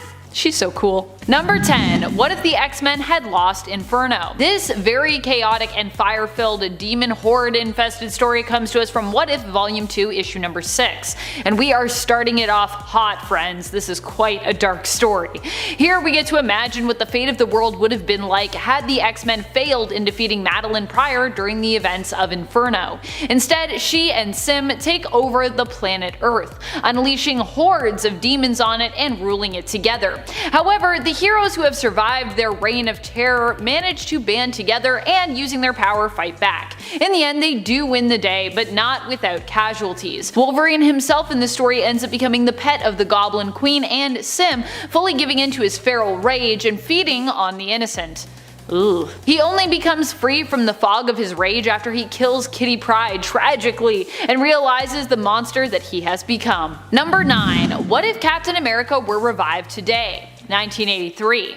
Because there's another one of these from like, I think 1994, so yeah, but that's in volume 2. We're going to volume 1. There are actually a few different stories involving Captain America being revived in the modern day or simply evolving with time as it passed. So 1994, and I think there's also another one of them which might even be on this list. But in this What If from volume 1, issue 44, we get a darker take on what a modern day Cap could look like in the 80s. This version of the hero ends up turning America into a heavily monitored and policed country during his witch hunt for communists. Fortunately, as dark as that all is, we learn that this isn't the real Captain America but an imposter that took his place after he went MIA. The real Cap returns and battles it out with imposter Cap, but in the end, the real Captain America turns to the people of America to undo all the damage done. He asks them to take responsibility, as while they were led to this point by a false version of him, they also allowed themselves to be led falsely. It's honestly a really good speech that even today rings true in a lot of ways, at least for me, and it provides the silver lining and shining hope for an otherwise pretty dark tale. Little grains of hope, that's all we need. And friends, before we move on to this next spot, if you are loving this list, if you want more what if lists, be sure to let us know by giving this a thumbs up, sharing it, doing all the things. Also, if you want more what if content, we do have a playlist now for that. Yay! Number 8. What if Wolverine killed the Hulk? In issue 31 of the 1977 What If series, we find out what would happen if instead, when Wolverine first met the Hulk, he had killed him. Wolverine goes on to celebrate his victory against the big green Goliath after killing him, having some drinks and throwing some punches like he usually does at the local tavern. However, in the end, things get out of hand and he accidentally kills one of the patrons in a rage. When he seeks help from the military to protect and defend him, they actually turn their back on Wolverine, and so he ends up joining the Brotherhood of Evil Mutants. He becomes a sleeper agent for Magneto, infiltrating the X-Men. However, when Magneto finally plans on enacting his plan to defeat and capture the X-Men, Wolverine has a change of heart, feeling as though he has truly found acceptance and a family with the mutant team of heroes. He battles Magneto one-on-one, and the two kill one another in the end. It's a pretty tragic tale. Basically, all what ifs with Wolverine I feel like are usually pretty sad. Pretty sad or pretty dark. Number 7. What if Captain America had not vanished during World War II? See, another Captain America story because I love these. This story comes to us from issue 5 of volume 1, aka the 1977 What If series. While Captain America does not get trapped in the ice and Bucky never goes missing, presumed dead, only to become brainwashed and repurposed by the Soviet Union as the Winter Soldier, a worse fate seemingly awaits both of these heroes. Neither having ever disappeared, Steve goes on to fight as Captain America until he eventually retires from the mantle, becoming instead the director of S.H.I.E.L.D. Bucky ends up taking his place, becoming the new Cap, as we have also seen happen in modern comics, and Rick Jones ends up becoming Buck's new sidekick, also going by the mantle of Bucky. Because I guess Rick or Ricky just doesn't have the same zing to it? Sadly though, Cap Bucky ends up dying on a mission, and Sharon Carter, Agent 13, who had hoped to settle down with Bucky after his final mission, blames Steve for his death. She actually accuses him of robbing him of his childhood and putting him in danger. Pretty intense. And then of course it ends with Rick volunteering to become the new Cap, so the deadly cycle it seems is destined to still continue in this timeline. You'd feel like after that all happened, Steve might be like, maybe we won't do that again, it didn't go great the last time. But he's just like, ah yes, Rick Jones, now you will be Captain America and probably die. What if the Green Goblin stole the Infinity Gauntlet? This story comes to us from the What If Infinity Dark Reign one-shot. Here we see Green Goblin dealing with a lot of family drama and trauma from his past. He steals the Infinity Gauntlet and not only uses it to defeat, well, all the heroes of planet Earth and beyond, but it's also revealed that his true motivation for doing all of this and pretty much everything that he's done is to win his father's approval. His father, who was always so unimpressed and who for a long time mistreated him, pushing Norman towards greatness or else. When Norman showcases his villainous accomplishments, it only causes his father to revile him even more though. Norman then decides to use his Infinity Gauntlet to snap and influence his father, making him proud of him instead. But this makes his father's love and approval feel pretty empty, especially when Norman learns that his altered dad actually really only loves him just because he's his son, and not for all that he has accomplished. Which you would think would be really nice, but to Norman he's like, that's infuriating, I hate that. Norman erases his father from existence, and in so doing, erases himself. Don't you hate when that happens? Number 5. Marvel Zombies Resurrection. While not an exact What If series, Marvel Zombies Resurrection definitely feels like a what if version of the Marvel Zombies world that imagines a completely new scenario involving zombies based on established Marvel lore, where Galactus becomes infected with a mysterious new virus that it turns out was created by the Brood, dun dun dun, to infect people more efficiently, turning them instead into zombies. The whole series from 2020 and the intro to it from 2019 that kind of explains all of the lore that you need to know to jump in is all pretty bleak, with only a few people on Earth making it out alive in the end, and still fighting basically just to survive after the world has pretty much been completely infected after Galactus' corpse is hurled to the Earth to be used as a kind of zombie creating bomb. But while the story is pretty dark in terms of all the great heroes that we lose, do not worry, at least Carol's Flurkin cat Chewie stays safe. Thank goodness. In case like me you read this and you were worried the whole time about that little fur baby, I was like, no, please don't let Chewie die, Chewie's so cute. Chewie is also a badass, so really there's no need to worry. Chewie's like one of the best fighters in this entire series, which I love. Number 4. What if Clint Barton killed Norman Osborn during Dark Reign? This what if comes answered in the What If Dark Reign one-shot. Here we get to see what could have happened had Clint Barton's plan to kill Norman Osborn actually come together. Clint himself ends up making a martyr out of Osborn though, unfortunately, and becomes a wanted man in the process. One civilian decides to take the matter of justice into his own hands, calling out the assassin, Clint Francis Barton. And if he doesn't show himself, he threatens to blow up the entire Sunday Inn and all the innocent people that are inside it. Hawkeye does show up though and attempts to talk the man down, but surprisingly the man pulls a gun and shoots Clint point blank to death rather than surrender. He is taken away, and in the end Hammer remains in control under Deputy Director, likely now full director actually, Victoria Hand. Basically if Hawkeye had actually killed Norman Osborn, it would be bad, I think, in the long run. I think that's what we learned. Number 3. What If the Kingdom of Cain? In What If issue 94 out of the 1989 series, also known as Volume 2, we get to visit a world destroyed by the Sentinels. Oh goody. The Sentinels did not only take out all of mutant kind supposedly, but also killed all of Earth's mightiest heroes besides, and its general population of non-powered individuals who were killed by high levels of radiation that the Sentinels emitted. The only one to survive all this destruction is Juggernaut, who wanders the Earth for years reminiscing on his past and all of his wrongdoings, and feeling unbearably lonely all the while. Poor Juggernaut. Magneto shows up and confirms that everything that has come to pass is Juggernaut's fault because he killed Professor X, which was basically the catalyst event for this chain reaction of destruction that has now come to pass. Juggernaut finds and kind of falls into a secret bunker as a result of his fight with Magneto, where he learns that some mutants survived and are actually hiding out. Yay! When they ask him to leave them be though, he refuses, only to learn that this was an attempt to protect themselves against the radiation, which he is now let in by breaking into the bunker, infecting them and ultimately sentencing them to death. So, it's really sad. Juggernaut's like, I'm lonely, I just want to like talk to you. And they're just like, you just killed us, so thanks for that. He's like, wow. I ruin everything, this is terrible. Number 2. What If the Traitor? In this alternate tale that comes to us from the 1989 volume of What If issue -1, we get to see what would happen if Trevor Fitzroy went back in time to try and convince Professor X to never create the X-Men. Although Bishop travels back in time to try and stop Fitzroy, it doesn't end up working out. Fitzroy shows the Professor of the future to come and all the war and prosecution that mutants will suffer. When Professor X meets Bishop, he inquires of Jean's fate and learns that she perishes, but that he and his X-Men remain a symbol of hope for the people. Unable to accept the dark future that awaits, however, Professor X seemingly agrees, despite Bishop's pleas, to never let the X-Men form, and Bishop ends up being locked up in prison in the past, with both Fitzroy and Bishop believing the other is the traitor. But who's really the traitor?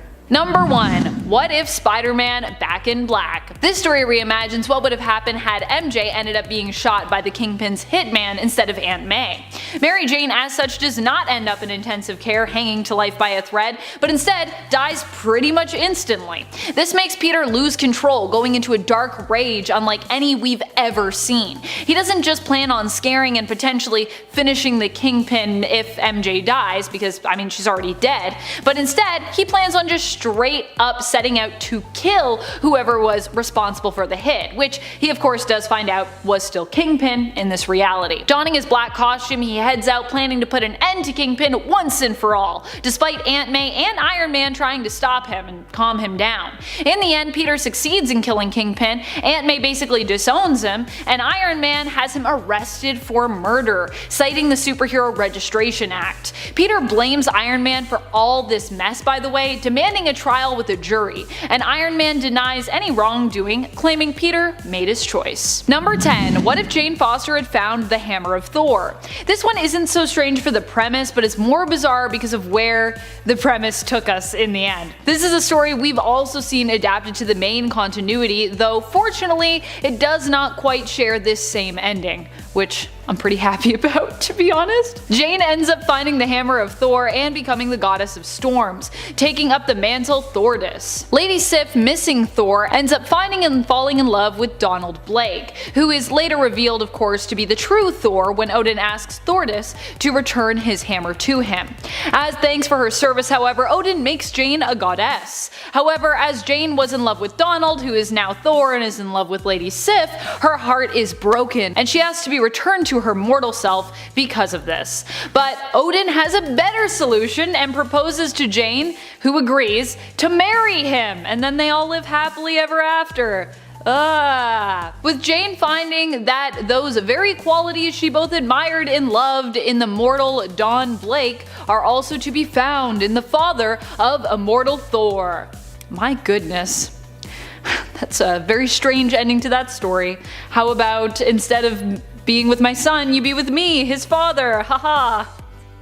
Okay, Odin, what? I feel like I like it better when Odin just doesn't really like Jane. I think that works more. Is that weird? Number 9. What if the Avengers were the last superheroes on Earth? This story allows us to imagine what the world would be like if all the superpowered beings on Earth were defeated by the Avengers. At the behest of the Scarlet Centurion, the Avengers attempt to eradicate all superpowered beings, including themselves. In the end, after all threats have been defeated, they decide to disband, being the last ones with powers, in order to usher in an era of peace on Earth. They all go off to live their own normal-ish lives.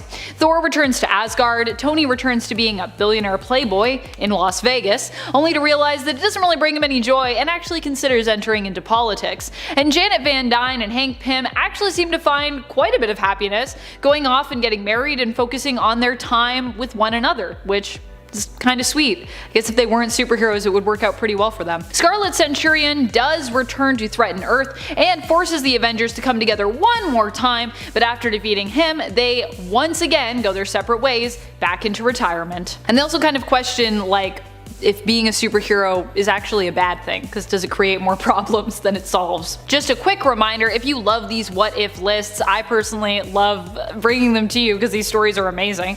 Be sure to show us that love by giving this video a thumbs up, sharing, commenting, subscribing, all the things. Number 8. What if the Gamma Bomb spawned 1,000 Hulks? This story comes to us from volume 2 of the What If series that started back in 1989. In issue 71, we get to imagine a reality where instead of just one Hulk, or the members of the Hulk family plus Hulk, we had 1,000 of them, which I would say is ultimately too many Hulks. In this story, it was the bombing on Hiroshima that resulted in these thousands of Hulks coming into existence, survivors of the attack that were basically mutated, so they became Hulks. In the end, Bruce Banner, aka Hulk, who of course goes on to become the Hulk in the story, must attempt to stand up against this army and attempt to defeat it with the help of some friends. Number 7. What if Betty Brant, instead of Spider-Man, had been bitten by the radioactive spider? This one comes to us from a 3-part story and is simply one story within that. It is from the original What If series volume 1 from 1997, issue number 7. Here, Betty Brant, instead of Peter Parker, is the one bitten by the radioactive spider, gaining spider-like abilities. While the story isn't a strange premise at all, like I don't think it's weird for Betty Brant to become, a version of Spider-Man, what really makes this one stand out for me in terms of its weirdness is Betty's costume here, which is it's something. It's also odd that in this alternate reality, Betty happens to be the only alternate person to become Spider-Man that manages to survive the ordeal, with both John Jameson and Flash Thompson in this issue, who are featured in the other 2 stories, dying as a result of gaining spider powers and attempting to use them. Instead of Betty choosing not to pursue the thief that kills Peter's Uncle Ben, she simply is unable to because she used up all her web fluid posing for pictures for Peter. Which is a whole other thing, but also, wait, can't you just go after them anyways? Don't you have superpowers? It doesn't matter that your web fluid is gone. Anyways, she still blames herself for Uncle Ben's death and decides to quit being Spider Lady, which I think is a little harsh. I feel like she wasn't really super responsible for that, but I guess she could have gone after him. I don't know why she didn't do that. Be like, use your super strength, climb on walls, do any of the other things you can do. Number 6. What if Submariner never regained his memories? This story allows us to glimpse into an alternate reality where Namor never met the Human Torch and never ended up regaining his memories and returning to Atlantis, learning that he was the true ruler of the Underwater Kingdom. Instead, the Submariner remains unaware of his true heritage and ends up joining a ship's crew, finding himself inexplicably drawn to the sea. I wonder why. The captain of the ship, Namor's friend McCandless, ends up being mutineered against and goes overboard while injured when he believes they found the lost entrance to the center of the earth. Namor, or Mr. Smith as he's known, follows after him and ends up being retrieved from the ice-cold water by Inuits later on. They end up worshipping Namor as the Lord of the Frozen Sea, along with frozen Captain America, who they worship as the Lord of the Frozen Ice. And Namor's like, I guess this is my life now, and I'm pretty good with it. So I guess it all worked out in the end, and now he just gets to be the Lord of the Sea really far up north where it's cold. Cool, I guess? Number 5. What if Iron Man was trapped in the time of King Arthur? While all of these stories are based on things that actually did happen, this is also based on something that did happen, so if you think it sounds weird because it's just so random, that is a thing that actually happened, where Iron Man and Doctor Doom in main continuity traveled back to the time of Arthurian legend. However, rather than getting back home in this version while Doom manages to leave, he leaves Iron Man trapped in the past. Oh no! A weird turn of events ends up leaving Tony Stark as the ruler and king of England following the death of his friend King Arthur. Tony actually proves to be a great king and lives out his days there in the past just as an accomplished and celebrated ruler. I actually wonder what effect that would have had on the present, because I feel like everything would be very different if Tony Stark were the king of England. This all goes down in issue 33 of the 1997 What If series, so you can check that out if you want. Number 4. What if the Fantastic Four had different superpowers? One of them is just being a giant brain. It's true. Actually, overall, these powers feel very Doom Patrol meets X-Men in my opinion. In this alternate story, when subjected to cosmic radiation, the FF get completely different powers than what each member has in main continuity. Johnny becomes a robot, Ben gets dragon-like wings, Reed is just a disembodied brain, admittedly not a very great power, and Sue ends up with the least original powers, getting Reed's old powers instead, the ability to stretch her body like Taffy or Silly Putty. Really, I feel like Sue always gets sort of like the worst part of these stories whenever she's in a What If. Hers are always so like quick or just so kinda lame, and I'm like, dang, why doesn't Invisible Woman get some cool stuff? I think she was still Invisible Girl at this time though, maybe that's why. Number 3. What if Aunt May instead of her nephew Peter had been bitten by that radioactive spider? This story reimagines what would have happened if once again it was not Peter Parker who received the fateful radioactive spider bite, but instead was his elderly Aunt May. This is from a humor issue, so you know it's gonna be weird and you know it's gonna be great. And it is. Aunt May here ends up getting bit after realizing that Peter had left his lunch at home on the day he and his class were meant to visit the exhibit at the Science Institute. And if you're like, Amanda, it's not called the Science Institute. Seriously, if you go to this issue, that is what is written on the building in the Science Institute. Of what? We don't know. She successfully delivers the forgotten lunch to Peter, cottage cheese and mashed string beans, but ends up feeling unwell on her way home, and finds that she has developed superpowers. She makes her own costume, becoming Spider-Man, and ends up facing off in this story with the ridiculous villain, Leapfrog. Because that's just how it goes. Number 2. What if the Fantastic Four all had the stretching powers of Mr. Fantastic?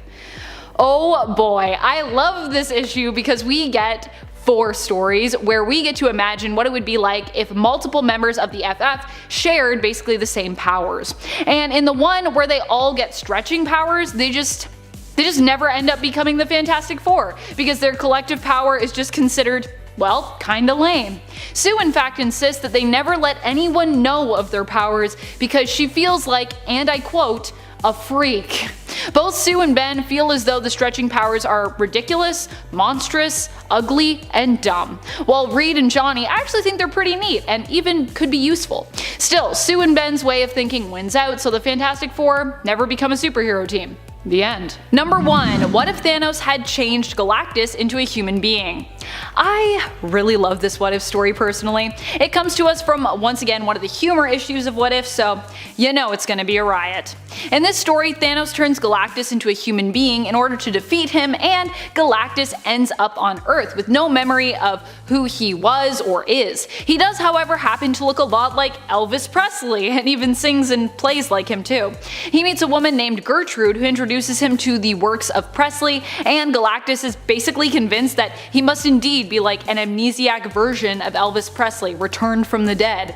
He goes on to have a successful music career, and when his memories are later restored by Adam Warlock, who also offers to return his power to him, he actually decides instead to stay on Earth and live out his life here as Elvis with Gertrude and her son Toby, which, I mean, fair enough. That sounds like a pretty good life. And at number 10, Batman Dracula. Some of the coolest stories involve Batman, and I mean, let's be honest, Batman himself is one of the coolest heroes. He's also the most human, literally just being a regular human who fights among gods and aliens against some of the biggest threats to humanity, including vampires. And when he goes up against the baddest and biggest vampire, Dracula himself, Batman becomes more than a man. He becomes the most justice-driven, terrifying vampire you've ever seen, and it is dope. When Dracula comes to Gotham, a good vampire grants Batman the vampiric gift in order to take on Dracula himself, and the idea was so awesome that it became a whole trilogy, starting with Red Rain, then Bloodstorm, and ending in Crimson Mist, all of which put the most obvious hero to become a vampire in one of the best Victorian horror styles and with the most terrifying looks I have ever seen for The Dark Knight. Batman Dracula is truly one of the best versions of Batman ever, and 'tis all thanks to Elseworlds. Number 9. Justice Riders. You know what sells?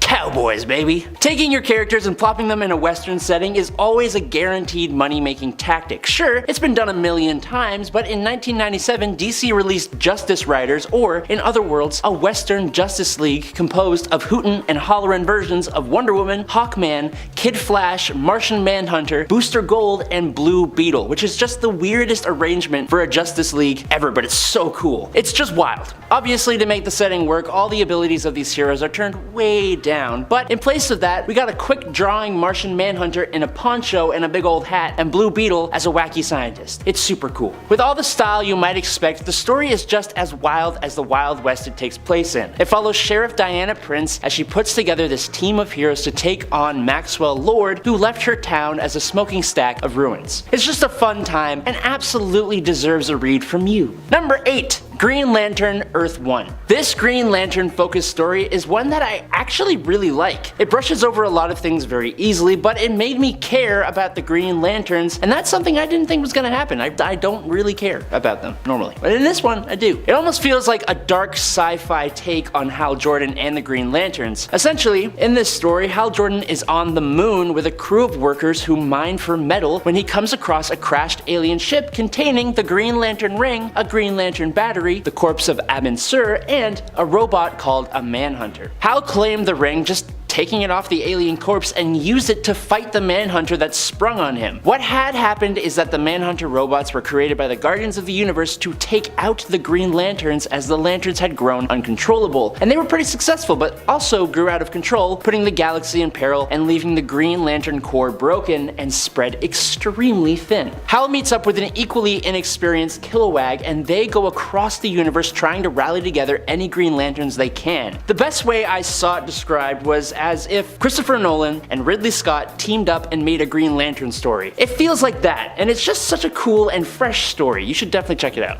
Hey you nerds! I hope you're enjoying this video, but if you are, make sure you hit the like button so that we know that this is what you want to see and we can make more of it. Cool? Okay, cool. Moving on. Number 7. Justice League The Nail. This one is rather odd. It's kind of a Superman story, but without Superman. The premise is that the day that Kal-El crashed on Earth, the Kents drove over a nail and it gave them a flat tire, resulting in Superman just never becoming a thing. And it's all based off a little poem. The poem goes like this: For want of a nail, the shoe was lost. For want of a shoe, the horse was lost. For want of a horse, the rider was lost. For want of a rider, the message was lost. For want of a message, the battle was lost. And for want of a battle, the kingdom was lost. And all for the want of a nail.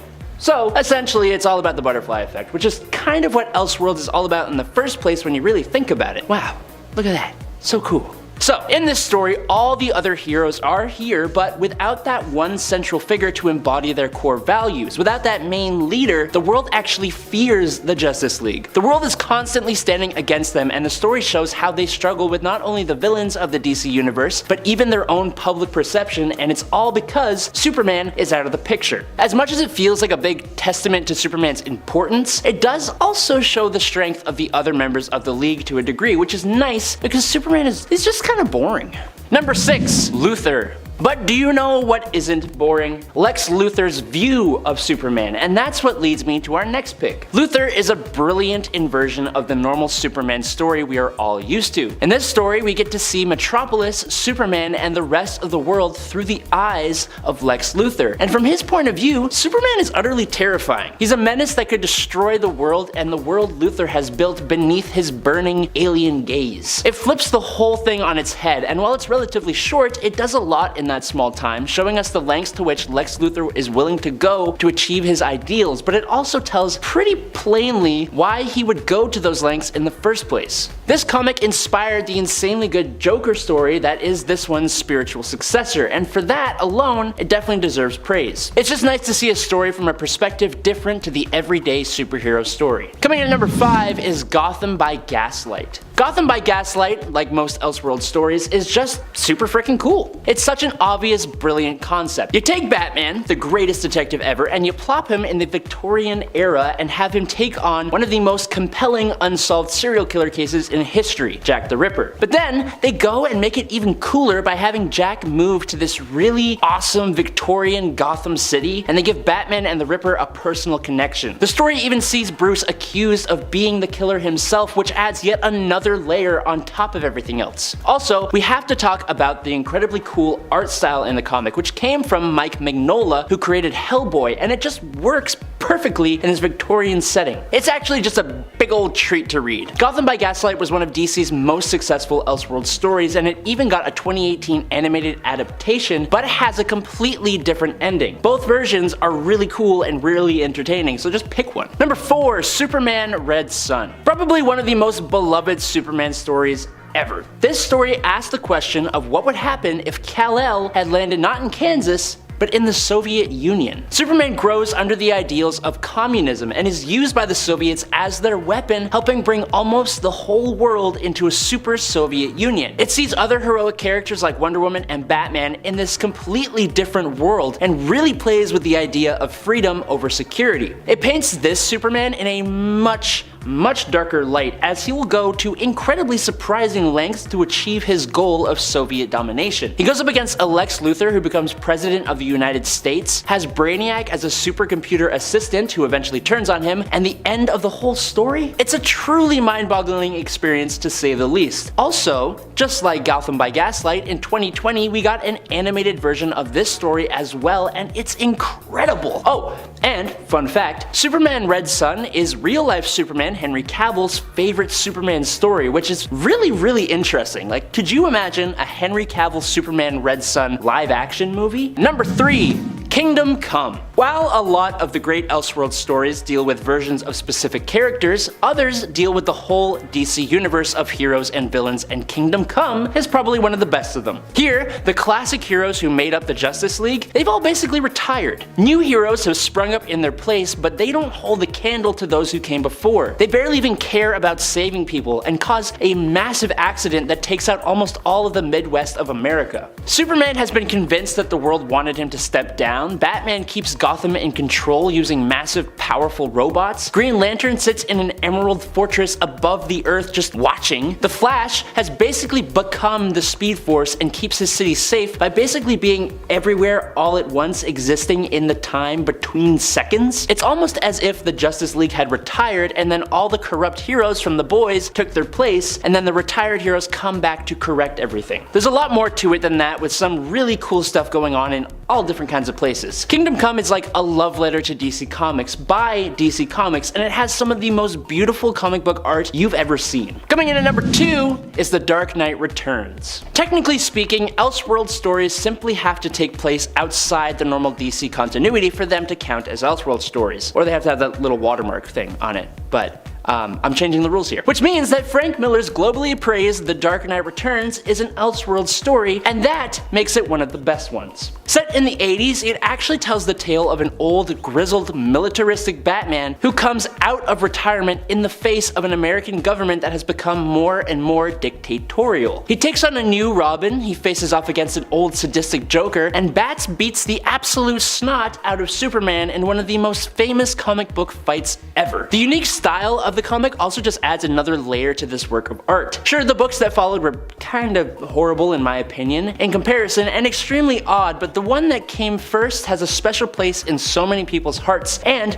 for good reason. And finally, in at number 1, The New Frontier. Most Elseworlds stories give us a world with some radical difference, usually that leaves the world worse for wear. Usually the horror of those worlds gives justifications for why heroes must become stronger, go to greater lengths, or show the fullest extent of their might in ways impossible impossible when restricted by the regular DC canon. But in the New Frontier, we get a world that challenges the heroes to do good in a moral sense, to reach the fullest extent of their hopes and ideals rather than their physical limits, and all without losing track of what makes a story just so freaking good. It's a story about heroes who are worthy of being called that, who inhabit a world that wants so desperately to change for the better. It depicts the DC universe during a post-Korean War era with superheroes outlawed by the government. It's also the beginning of the Space Age, which leads to the story being told from the perspectives of Hal Jordan and Martian Manhunter. Fans of Elseworlds think of this one as the most perfect. Each subplot is just as unique as the main story, and the characters are all fully realized with different arcs. It also gives a beautiful theme. The story is just about leaving behind a dark past and looking to the bright future. And like all the other great Elseworlds, there's also a movie, so you don't really have to actually read anything, which is always a good time. Number 10. Tales from the Dark Multiverse, Batman Hush.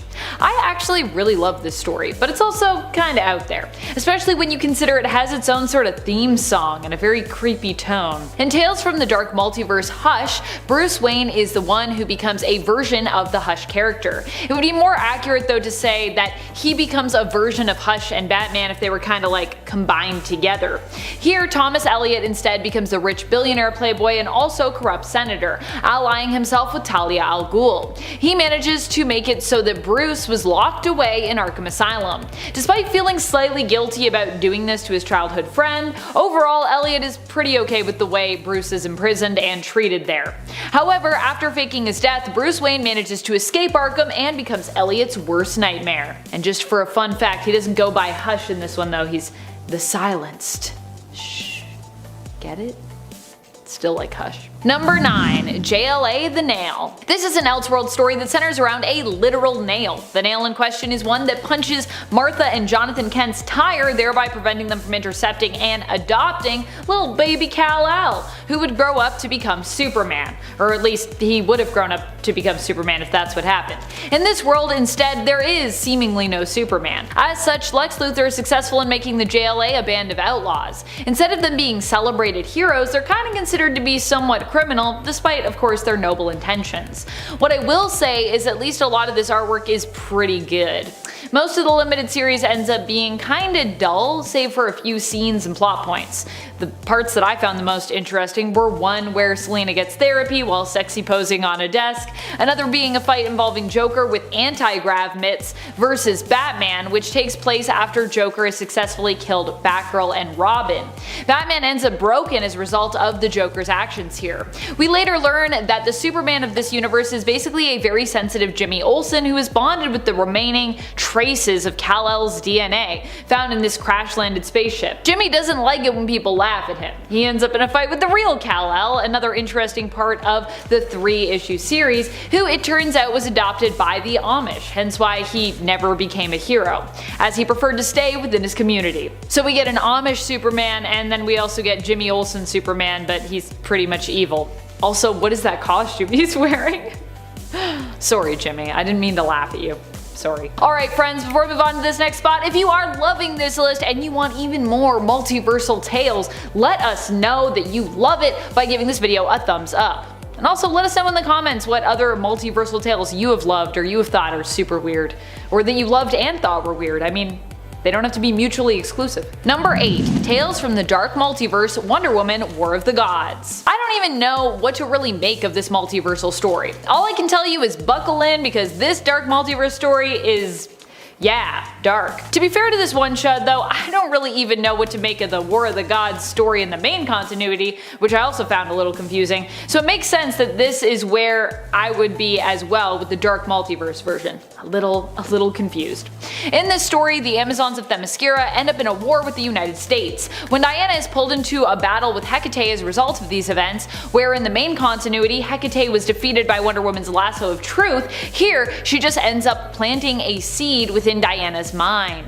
Diana defeats her, but only temporarily. Following the death of Hippolyta, her mother, Diana is left weak, fearful, alone, and resentful, and this is when Hecate is able to take over. Unable to free her, all of Wonder Woman's friends die trying to. The only way to contain Hecate Wonder Woman is with magic, and many of her magical colleagues actually die in the attempt to do so. Hecate as such ends up chained, but of course so is Diana, unable to find the hope to escape her own internal prison. Of course, like most dark multiversal tales, we end on a pretty dark and tragic note. But that's okay, Zatanna's never gonna give up. Number 7. JLA Act of God. Admittedly, this is a cool premise, but it just doesn't make a lot of sense, which is what's weird about it. In JLA Act of God, an Elseworlds 3-issue miniseries, we get to explore a world where all the heroes of Earth have simultaneously lost their powers. Well, at least almost all of them anyways. How did this happen? Black light? Somehow the world being hit with a flash of black light results in almost everyone losing their powers. I guess normally superheroes don't go to raves or anything, where black light is, I feel like, very common. Although this is attributed to the black light, some might call it an act of God. A later on, very suddenly, devoutly Christian Diana Prince at least would probably claim that. Diana, haven't you met gods?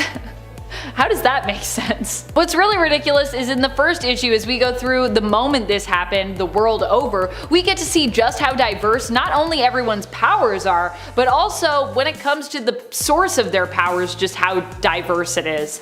In one page we go from Steel losing complete control of his systems and suit as he plummets to his doom, to Aquaman losing his ability to connect with the creatures of the sea telepathically and his ability to breathe underwater. At the same time, Kyle Rayner also has lost control of his Green Lantern ring, which seems to now just be, I guess, a really unique and trendy looking accessory.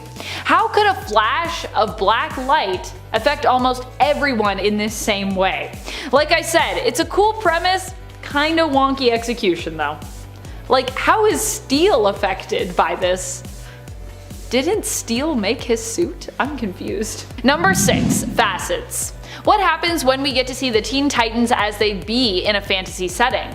Well, a whole lot of weirdness. Raven of course ends up evil, known as a deadly and beautiful sorceress, Queen Raven. She creates her own loyal servant and accomplice with Victor Stone, or at least she tries to, transforming him permanently into a cyborg. It turns out this isn't all that Raven's been up to though. She has a whole collection of prisoners whom she has transformed in some way, and when Cyborg refuses to join her, she also contemplates holding him there with the rest of them. So apparently she does this a lot. Seems like her deals with people don't usually work out. I guess she's just hoping that one day that'll change. She's like, I'll just keep doing it. Eventually someone will be loyal to me. If I try it enough times, it's gotta work. In this story, Koriand'r is a prisoner of some goblin mages who use cosmic energy to transform her into Starfire. The comic features an all-out battle between Raven and Starfire, joined of course by the rest of the Titans. Nightwing goes on a trip inside Phantasm's cloak, literally looks like he's tripping out, and eventually Trigon joins the party when he is summoned by his daughter Raven. You can check it all out in the 1994 New Titans Annual. It's weird. It's definitely weird. Also, some of these outfits are interesting. Number 5. Superman at Earth's End. I don't even know where to begin with this comic. Oh boy. Okay, so Superman here is one of the first iterations of course, the old man heroes to come that we've come to love so much. See, before there was Old Man Logan, there was Old Man Supes. In this Elseworld story, we are in a post-apocalyptic future where machines rule supreme and mutants basically run amok. Also, there is an army of Batmen and vicious biker gangs because, I mean, why not? The year I believe is 2102, so possibly this is what we'll be dealing with in just over 80 years time. Honestly, the way things are going, I could maybe see that being our future. Superman is recharging and recuperating his strength when he hears about the plan to nuke Gotham City. He aims to save the city, but of course without doing any killing, because you know, he's Superman. And of course, no guns, because he's Superman. Except for the part where he uses guns to kill people. Except for that part. Mostly robo and really bad people though, so I guess for Supes it doesn't count. It features the famous "I am a man" memeable moment, which actually was shouted in response to an android by the way, so out of context it's really weird, but within context it actually kinda makes some sense. Still pretty weird, but it's not as weird. Also, shortly after claiming that he doesn't need weapons, Superman chooses to wield a ridiculous mega gun known as the Expunger. It's crazy. I just love that he's like, I don't need weapons because I have powers. I would never do that. And then like flip to like 2 pages later and he's like, look at this giant expunger, I'm gonna use this mega gun. Number 4, All-Star Batman and Robin. Not so much a story as a full series, but I have other full series on this list, so it's fine. All-Star Batman and Robin consists of 10 issues, all of which are pretty weird when it comes to the depiction and characterization of a lot of our favorite superheroes, villains, and their allies even. Once again, we get a super jacked version of Joker in this comic. We also get a version of Vicky Vale who seems far more obsessed with Superman's manhood and dates with Bruce Wayne than any kind of serious reporting. And of course, then there are Batman and Robin. What a dynamic. Batman in this comic is the worst kind of hero, an entitled one. This is the version who refers to himself as the goddamn Batman and makes Dick eat rats and sleep in the Batcave initially. Because he's Batman and he can do that. He also torments Hal Jordan, Green Lantern, by painting himself, Robin, and the entire room and corridor yellow, and also serves and consumes yellow food and drink around him, with Batman enjoying some lemonade and Robin devouring what appears to be an all yellow ice cream cone. All-Star Batman and Robin has to be one of the weirdest multiverses out there. And every time I go back to it, I'm like, what is happening? What is this characterization? Number 3, JLA created equal. Okay, so All-Star Batman and Robin is the not so great kind of weird, but JLA created equal is just the weird kind of weird. In this 2-part Elseworld story, we get a glimpse into a world where all the men, or almost all the men, were killed off by an unexpected and sudden plague. The only 2 left alive are Superman and Lex Luthor in this reality, and yet for all the powerful women who remain, this book sure manages to still be about the male characters within it. In Created Equal, Superman attempts to help the rest of the new, almost all-female JLA figure out a way to repopulate the Earth. I say almost because Superman's still there, so yeah. The main concern is how to ensure the survival of the human male gender, as if they made clones, with their technology and resources, they'd actually only be able to produce female ones. I guess they can't like tamper with the genes, they can't like tamper with the DNA, or I don't know how you make clones anyway, so I probably shouldn't tell other people how to do it. Eventually, Lois Lane and Clark Kent end up conceiving a son who is born and named Adam. He accidentally hugs his mother to death, and then Lex, being Lex, unleashes a plan to take control of all the young men who were created and raised on Themyscira, thanks to Adam's existence and his resilience. Also, he makes them all bald, because this is Lex Luthor, so yeah. Oh, what a weird story. Come and join me, and also I'll be bald, because you all have lovely hair and it offends me. Number 2, Batman Reptilian. Ah yes, the story of an alien baby that belongs to Killer Croc because he was influenced by aliens while inside his mother's womb, which is how he's even mutated and also makes him like, I guess, a hybrid alien-human creation technically. In this beautiful yet bizarre story, Batman is attempting to track down whoever is killing all of his rogues. What he finds out though is that it isn't any one of the other villains, but Croc's baby that he just gave birth to. Killer Croc, of course, didn't know that he could do that. I mean, neither did we. It turns out that this is a result of him being part alien in origin, or being tampered with by aliens when he was like a fetus. The newborn babe, it turns out, just wants its mama, but for what purpose remains to be seen. Killer Croc can't nurture it, as you know, he doesn't have like the biological equipment for that. After we get through that whole slog of that's not gonna work, it's also implied that the giant alien monster baby wants Croc to mate with it, which is also thankfully out of the question when it comes to Croc's willingness, so thank goodness, because I thought this better not be where this is going, oh my goodness. Did I mention that Batman is also a huge jerk throughout this entire series? Cause yeah, this is Garth Ennis behind the writing wheel, and that is very much a thing.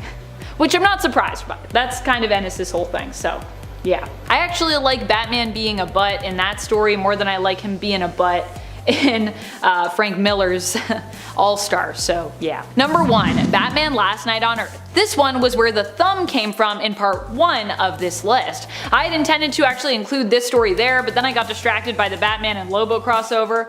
Understandably so, I think, because that's also super weird. But that's fine, because it just means that Last Night on Earth gets a higher spot on this list of bizarre multiversal DC stories. Batman Last Night on Earth is a book that exists outside of the continuity and belongs to the DC Black Label line. Also, Reptilian is part of that same line, just so you know. Black Label primarily is made up of titles that are more adult in terms of their content and their themes. Here, that translates to Batman wearing a straitjacket version of his suit in a post-apocalyptic future, where Joker is just a head in a jar. They also end up fighting giant monster baby Green Lantern constructs in issue number 1, just to give you a sense of the level of weird that we're dealing with here. But it's like a fun weird. It's like a, I'd recommend this weird. I give it 2 weird thumbs up. Number 10, Speeding Bullets. Basically a multiversal DC Elseworld story that answers the question, what if Superman didn't just have powers but was also rich? That's basically what is going on here in Speeding Bullets. In this story, Superman wasn't raised by the Kents, but instead was taken in and adopted by the Waynes, and he becomes, you guessed it, Bruce Wayne. After the death of Thomas and Martha, Bruce becomes Batman, but the difference is this version of Batman has tech, money, smarts, and superpowers. Lex also becomes a mess of a villain in this world. While still being Superman's nemesis, he's also Batman's nemesis rolled into one, with an extra little dash of Penguin, just for good measure, I guess. So here we get a villain who is Lex, Joker, and the Penguin all in one. Oh goody, just what none of us necessarily wanted or needed. And yet, we got it. This also doesn't do much to enhance his motivation for villainy, which, like his identity, is also kind of all over the place. Still, the premise behind this Elseworld story is pretty cool, but unfortunately it doesn't add enough when it comes to offering a twist or different perspective to either the Superman or Batman mantle. Number 9, Batman and Captain America. A gloriously weird and awesome comic. This DC multiversal story also happens to be a DC Marvel crossover issue featuring Batman, his sidekick Robin, and Captain America and his sidekick Bucky. Both Cap and Batman end up joining together and then swapping sidekicks. Their villains also seem to have a team up as Red Skull and Joker come together, but this is also the famous issue the Joker insists that Red Skull is too evil even for him. He may be a criminal lunatic, but after all, he's an American criminal lunatic, and he can't stand by when it comes to abiding by Red Skull's history and motivations. So not only do we get to see some great team-ups, but we also get to see a full-out fight break out between these two iconic villains. Thanks, John Byrne. And friends, before we move on to this next spot, if you love Elseworld stories and all of the weird, wacky things that go on in the multiverse when it comes to just alternate worlds, let us know by giving this video a thumbs up, and hey, maybe we can do some more Elseworlds lists for you. Cause yeah, there's lots of kooky stories out there. Number 8, the Superman monster. Frankenstein, but make it Superman. There are lots of retellings of classic tales when we look into the realm of Elseworlds, and the story of Frankenstein is not one that is left untouched. Actually, I feel like this story gets interpreted a few times throughout the Elseworld stories. I feel like I've seen at least 3 different versions of Frankenstein retold in Elseworlds. I still have yet to see Dr. Seuss retellings though in the world of DC, which are some classic kids tales that do eke their way surprisingly into Marvel at times. In the Superman monster, Lex Luthor takes the role of creator and Superman ends up as his monster. You might think this sounds familiar considering it's also kind of the premise for the main continuity origin story of Bizarro, but this creation, while starting out similar to Bizarro, eventually goes full-on hero and full-on Superman by the end of it. That means in this story of Frankenstein, the creator ends up the monster, while the monster ends up the hero. What a twist. Number 7, Justice Riders. Because it's an inevitability that at some point, we have to turn to the Wild West for inspiration when it comes to an Elseworld story. We've gotta go there at some point. And so we have Justice Riders. Justice Riders reimagines the DC universe as existing during the time of the Wild West and adapts the characters to kind of fit their surroundings somewhat. As such, Wonder Woman becomes a Texan sounding sheriff, and Martian Manhunter gets to sport a poncho and a cowboy hat. Which honestly, this is one you might want to check out just for that, cause that's great. This is the Wild West, baby. There are also plenty of shootouts and bar brawls, some with cyborg enemies involved. As ridiculous as this premise is, I will say it's executed well and it also looks fantastic, so. Number 6. The Reaching Hand. Honestly, what a strange story this one is. It features Batman as an occult detective trying to solve the mystery of Elongated Man's death. Unfortunately, it seems as though Elongated Man wasn't alone in his body, and there was a force of darkness within him who continues to seek to spread gloom and doom wherever it can. This story features a lot of restless nights for Bruce as well, and unfortunately, he ends up too late to save Jimmy Olsen. Not Jimmy Olsen, who ends up brutally murdered by Swirly. At least that's what it looks like to me. He's just head down in the toilet and they're like, he's been murdered. Or he was just being mistreated by the other staff at his workplace, but no, he's dead. Death by Swirly. Bruce also is too late to save his friends or Gotham in the end. At least that's what's implied. This one ends pretty bleakly, so yeah. Also, this is back from when we had like Elseworlds, like giant sizes, so there would be like a bunch of short stories in there. Kinda like What If, and I like that style. More stories though than What If, because those are normally 2. Sometimes only 1. Number 5. Elseworld's finest, Supergirl/Batgirl. You can't go wrong with a jacked Joker when it comes to weird multiversal stories. Looking real jacked, baby! Elseworld's finest is weird but also kind of cool. It focuses on Barbara Gordon and Kara Zor-El, Batgirl and Supergirl respectively, who are guardians of Gotham and Metropolis, as in this world, there was never a Batman or a Superman. The two of them team up to take on the manipulative and traitorous Lex Luthor, and as I said, a really swole version of the Joker. It's a strange one, but it's also kind of a great one. Number 4. Batman/the Demon, a tragedy. In this Elseworld story, we get to explore a horrifying fantastical world where magic exists. Here, Bruce Wayne is not the Batman, instead suffering from an allergy to moonlight. He is a restless sleeper, and it turns out this is because he's actually bonded to the demon Etrigan. Oh my goodness. It takes Bruce a while to figure this out though, but in the end, he is too late to save his girlfriend Glenda. Poor Glenda. The best thing he can do according to Merlin is to wipe his memory, which will also mean he has no recollection of Glenda. Oh no. Merlin claims that this will save her. Unfortunately, it doesn't, as Etrigan taking over Bruce in the nighttime does end up still killing her. But hey, at least Bruce doesn't remember her, which actually seems to have been Merlin's plan all along. You see, in order to keep the demon trapped within Bruce, his forgetfulness is necessary. There is no way to save Glenda really in any case, most likely, and Merlin was just saying that to try to get Bruce to, do what he wanted him to do. But hey, at least Bruce doesn't remember her, so at least he won't be sad about it. Number 3. Brotherhood of the Bat. Have you ever wondered to yourself what the DC universe would be like if every member of the League of Assassins was dressed up and also weirdly happened to resemble Batman? No? Me neither. But too bad, because we get to know what that would be like in this Elseworld story.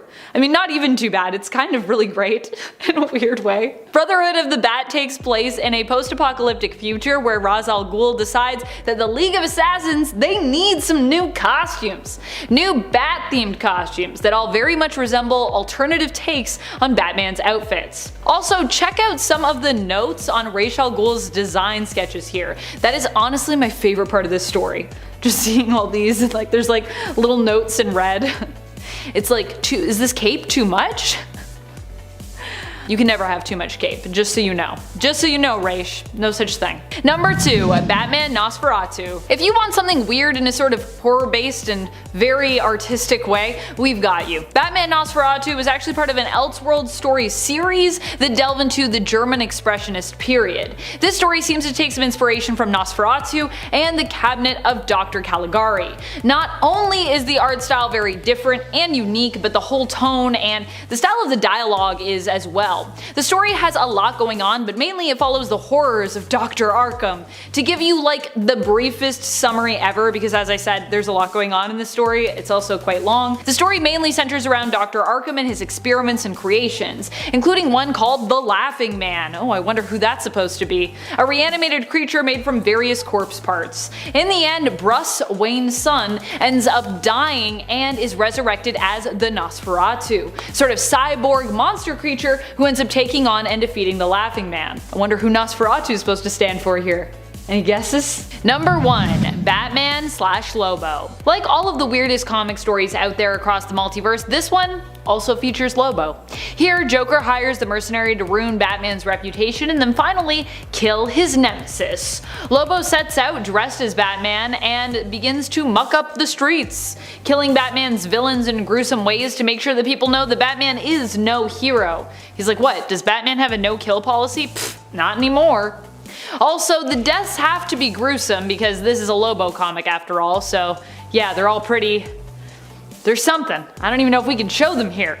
In the end, the Joker is forced to call off Lobo after it's revealed that Batman is actually his long-lost twin brother, Bruce Wayne.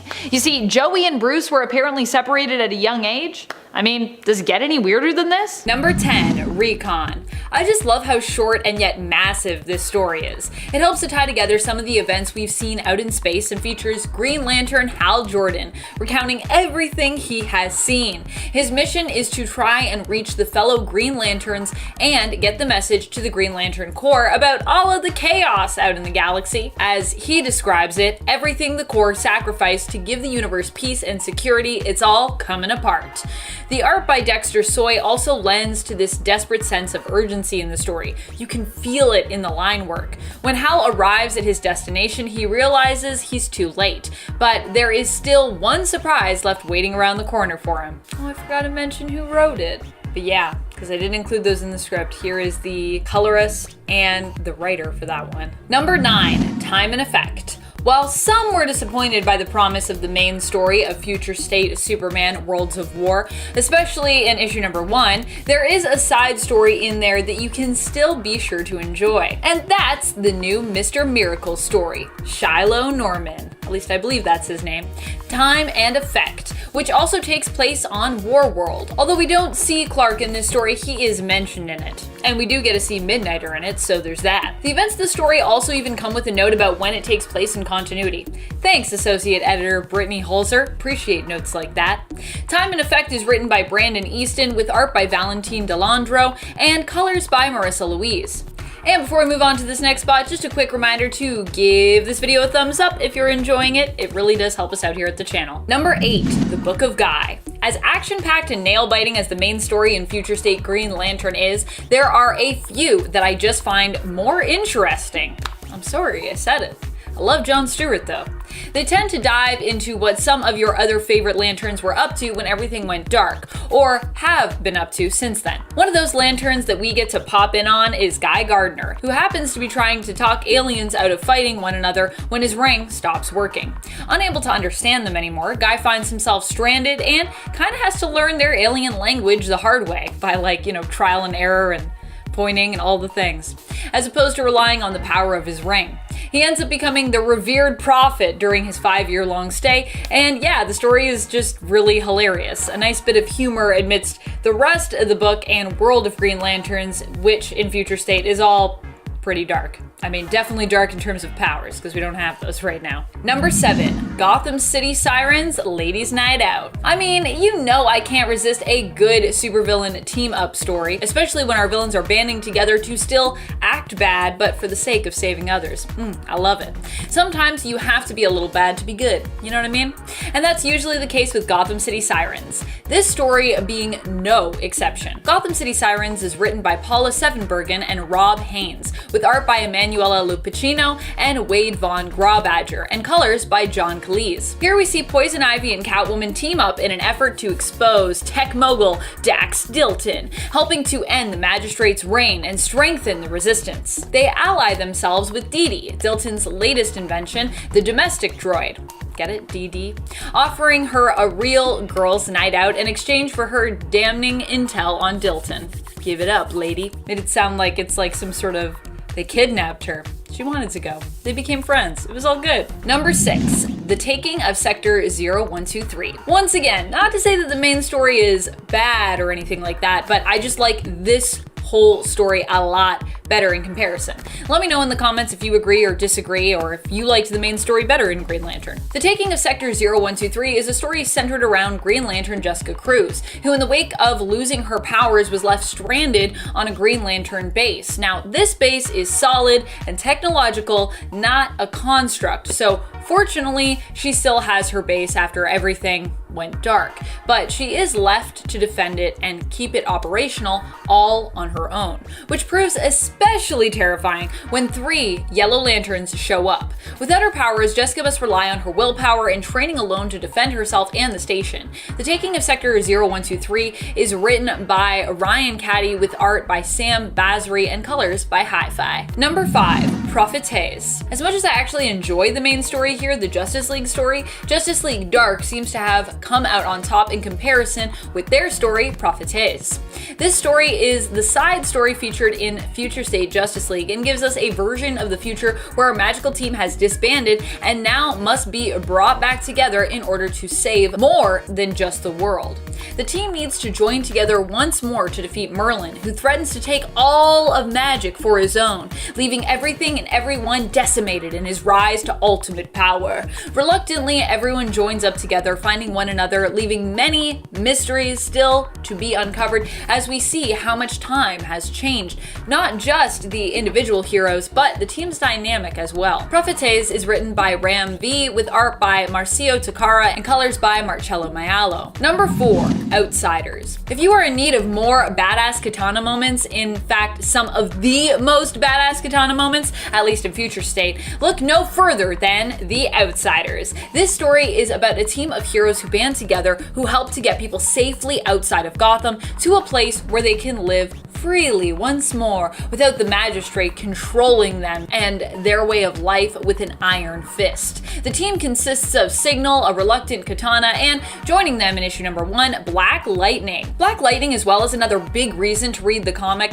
as he sees a massive power upgrade here and is just a delightful character to read besides. So if you don't want to read it for Katana, read it for Black Lightning. Either way, you're not going to be disappointed. Number 3, Midnighter Future State. If you came to Future State, Superman, Worlds of War for some epic fighting, then this story has you covered. It features the often overly violent Midnighter who lives up to his name here, but I would say not in a way that is like overly gratuitous with the violence. The level of violence artistically rendered by Gleb Melnikov here is just right on the mark, in my opinion. It features Midnighter also initially on War World, following the trail led by a mystery digital voice on a mission to save all life on planet Earth, apparently. Pretty epic, right? And just wait till you get the reveal at the end, oh my goodness. And then you're still definitely gonna need to read the next issue. Midnighter is written by Becky Cloonan and Michael W. Conrad with colors by Jordi Belair. Number 2, Nubia in Future State. If this story isn't better, it's at least on the level of the main story, Immortal Wonder Woman, which is also awesome, and it needs to be featured and celebrated here, so that's what we're gonna do. Basically, if there is one takeaway from Future State, it's that Wonder Women rule, and basically we need all of them to stick around moving forward when we do go back to DC's regularly scheduled programming, Nubia included. For those who are unfamiliar with the character, Nubia was introduced in the comics as Diana's long-lost twin sister, and has played multiple roles in the comics over the years, and over the course of multiple revamps to her character. She's been a hero, an enemy, a competitor, and an ally, and in Future State we are definitely continuing down that hero path for her, which I love. This story, written by L.L. McKinney, features Nubia taking on the villain Grail, with stunning art by Aletha Martinez and Mark Morales, and colors by Emilio Lopez. Seriously, both the stories in that book just look so good. I love it. Basically, get Immortal Wonder Woman. Just get it and read it and love it and keep it forever. Also, who's excited for that Nubia series that's coming out? Because that's the thing that's gonna happen. Number 1, Batgirls. I think this one actually might be my favorite story in general. Batgirls is an awesome story featured in the next Batman, written by Vita Ayala with art by Anique and colors by Trish Mulvihill. In this Future State, we get to catch up with our Batgirls, Cassandra Cain and Stephanie Brown.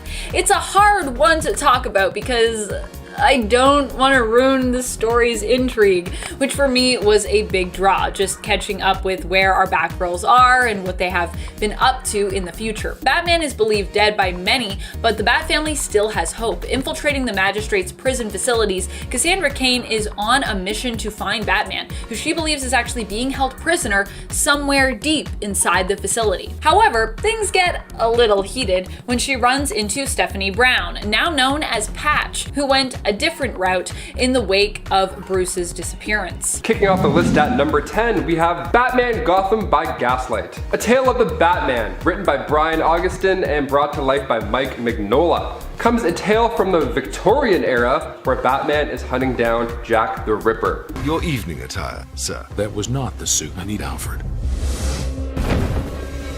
So it's 1889, and while these murders of women are happening all over the place, the general public whispers in the wind that it may be Batman who is committing these crimes. Okay, so we got historic serial murders, we got old-timey gangs, Bruce gets framed, the candlelit mystery is afoot. I loved this one shot, honestly. It's really hard to put down as soon as you start. If you have time, at least watch the animated film because you owe it to yourself. A lot of candlelit.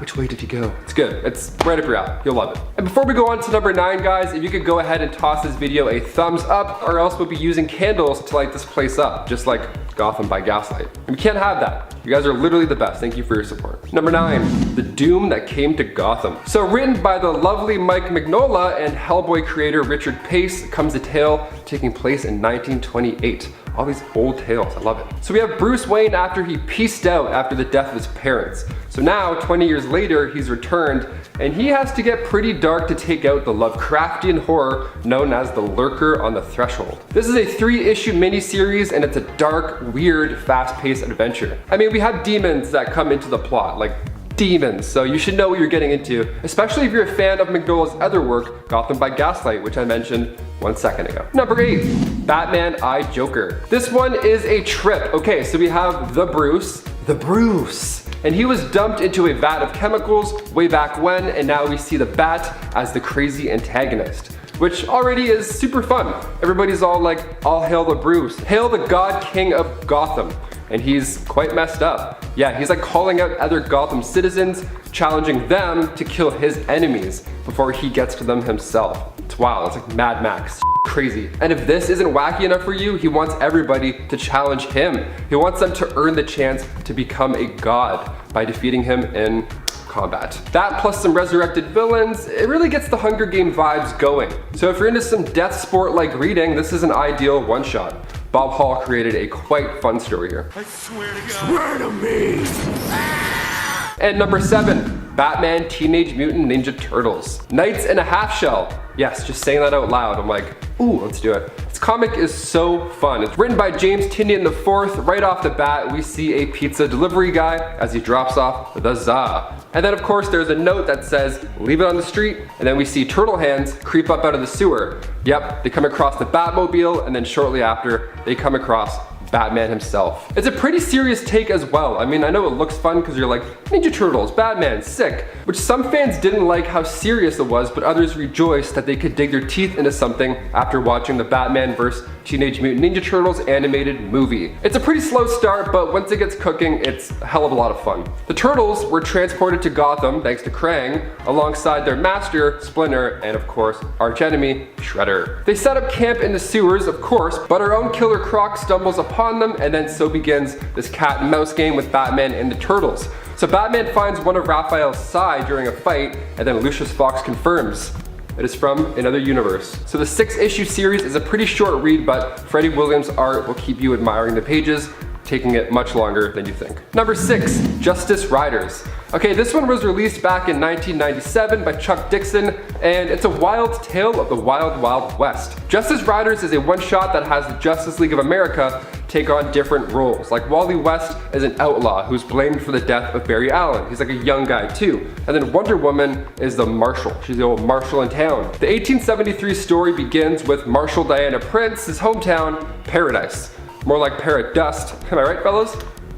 And it's destroyed by an alcoholic sorcerer named Felix Faust.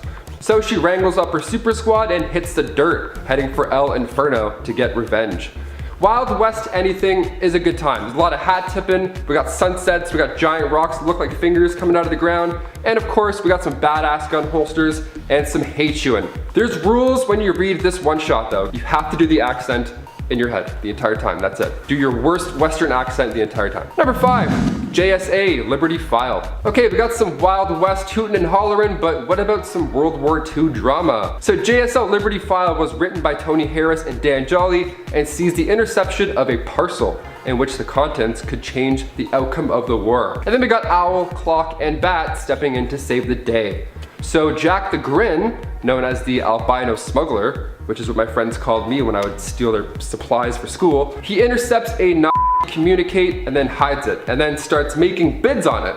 So this is a two-parter, and it's fairly short, but it doesn't waste any time at all. The stakes are high, like right off the bat. So we have these schematics for a new German long-range bomber in the hands of the Joker, right? It's dark, we got some mysterious men in bowler hats, and they're doing their mysterious men in bowler hat things, smoking and whispering in dark shadows. You already know what you're in for, it's a great time. Number 4, Batman Gotham Noir. Coming from the minds of Ed Brubaker and drawn to life by Sean Phillips comes a pulp comic thriller.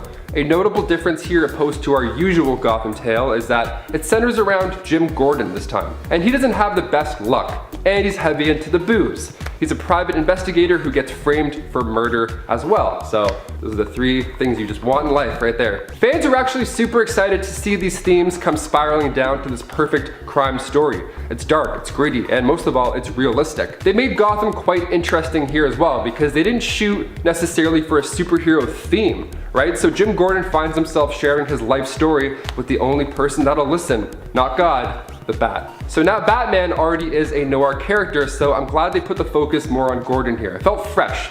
You kind of expect it to go one way, but it doesn't, and that's the best part. Number 3, Superman Speeding Bullets. From J.M. DeMatteis and Eduardo Barreto comes the ultimate question of what would have happened if Superman was discovered by the Waynes of Gotham instead of the Kansas Kents. So right off the hop, we see the usual scenario playing out. We got the alleyway, we got the mugger with the gun, and then when it comes down to the mugger shooting Bruce as well, because he cried and he just hates when kids cry, the bullets don't penetrate his skin. And his wet eyes look up at the mugger, and then those wet eyes turn bright red. Yeah, he zapped the shit out of him. Laser eyes for the win. So this Batman is now angry. It cuts to him being older, and he remembers that he could have saved his parents, and it eats him alive. That plus these Superman abilities that he now has, it makes for a very, very entertaining ride. Number 2, Flashpoint. Okay, so one of the biggest upcoming DC movies, and for good reason, the storyline where the Flash tries to go back in time to save his mother from her tragic death, which is not a bad idea at all. This story was released in 2011, written by Jeff Johns and Andy Kubert, and it starts with Barry waking up with no Flash powers. In fact, the Flash doesn't even exist. In fact, everything has changed. His mother Nora was still alive. Sick. And his father Henry died 3 years prior. Oh. Yeah, so in his own timeline, his dad's actually alive and in jail, but we know this, right? There's no Justice League, and Superman isn't even in the picture. The best part and one plot point that we're most looking forward to in the movie is that Batman in this universe is actually Thomas Wayne, Bruce Wayne's father. So Bruce ended up dying that night, causing his mother Martha to go insane, and then she becomes the Joker. That's why during the opening credits of Batman vs Superman, we were all hyped because we saw Jeffrey Dean Morgan and Lauren Cohen, 2 huge actors in such a small opening scene with 0 dialogue. So everyone's like, huh, that must have been an expensive day to shoot. Yeah, it was. They had bigger plans for them down the future, and now with recent news of Michael Keaton set to return in the Flashpoint movie, Jeffrey Dean Morgan took to the internet and said, Michael Keaton swooped in and took my gig. Now, I think that's super cool. Ever since Zack Snyder walked away, my whole kind of bit in that world has walked away with him. However, there's always a chat going on. There's always a chat. May I peek into this chat, sir? Because we'd love to see that. We've been kind of begging for it. I don't know. It'll be good either way. We'll see. We shall see. I mean, we'll see it June 2nd, 2022. For now, if it's not delayed even more. And finally, number 1, Justice League The Nail. If you own a car, first of all, congrats. Secondly, you must know the pain of getting a flat tire. It's always at the worst times too, right? Well, imagine if a flat tire was the sole reason Lil Kal-El was never found. Yeah, coming from the mind of Alan Davis, we see this unfold and lead the world into a much different way of living without Superman. without hope. So now Lex Luthor doesn't have anybody to go toe-to-toe with, so that led to him becoming the beloved mayor of Metropolis. The Justice League are to be feared as well. The world has a lot of hatred towards metahumans and aliens. It's great how the Silver Age heroes also kept their costumes in this as well, because they're a lot of fun in this Elseworld story. We see Alan Davis revisit big players like the Outsiders and Batman, which he drew in the 80s. So I definitely recommend adding it to the list, and that's why I put it on number 1 of our list. Number 10, Superman Jr. is no more! Exclamation point. Remember that time that Superman Jr. quit? No? Well, you can if you read this Elseworld story. This is another Elseworld story out of the Elseworlds 80-page giant from the 90s. Seriously, this book is chock full of interesting and strange stories. In this one, Superman Jr. ends up quitting the superheroic game, much to Batman Jr.'s dismay, believing his dad will be around forever, so he's not needed. He's like, I quit, I'm over this. My dad's got this for life, for longer than life. I think you know where this is going next. Superman appears to die while taking a net full of dangerous missiles to safety in the emptiness of space to explode in. Supes Jr. then feels terrible, misses his dad, the whole world goes into a tizzy, and eventually Superman Jr. is inspired to return. I don't know if people use the word tizzy anymore, but I just did, so there you go. I'm making it a thing again. He helps Batman Jr. save some guys from an earthquake where they end up being trapped under tons of rock and snow. In the end, however, it's revealed that Superman faked his death in order to influence his son to return to his job as a hero, and everyone has a good laugh about it. Ha ha ha ha! Oh, faking your death is such good fun. This story also features such amazing lines as Batguy/Bat Jr. I kid you not, he is called Batguy in this comic, asking Supes Jr. what's the true poop on this? And Superman Jr. responding with a rhyme. Rhyming on your father's grave, Superman Jr.?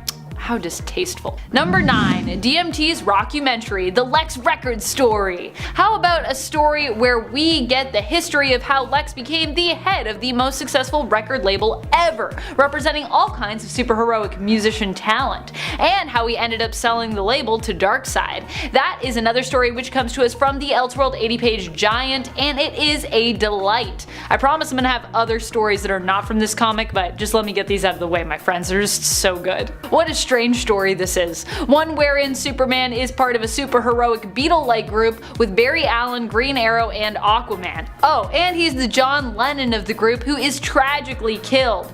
And I never knew I needed to see Martian Manhunter as a rock star, but I definitely did need that, and so do you. And before I move on to our number 8, if you are enjoying this list, be sure to let us know and show it by giving this video a thumbs up. It really does help us out here at Top 10 Nerd. Number 8, Superman/Batman. Absolute power! This comic is an interesting one. We are talking about a world in this story arc where Superman and Batman were reimagined as the only heroes. Both of their parents were wiped out at a young age, and Superman was never raised by the Kents. Instead, they were taken in and raised by Saturn Queen, Lightning Lord, and Cosmic King of the Legion of Supervillains. They created a fascist world which they collectively ruled with an iron fist, eliminating any and all opposing heroes who rose up or attempted to do so anyways. If you don't believe me, just look at the end of the first issue in this arc, which ends with Wonder Woman awakening and recruiting Uncle Sam.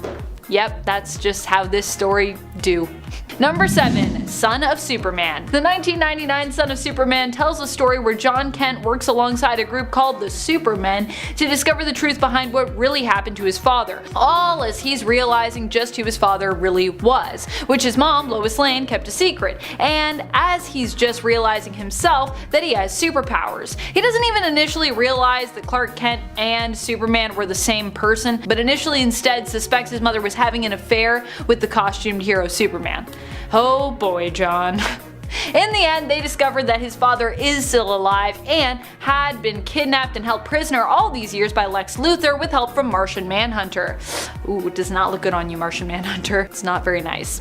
In the end, this plot is revealed, and despite John being new to heroics, he goes up against Lex, and the good guys end up prevailing. My favorite part, admittedly, is when John calls Lex's ponytail outdated. So 90s.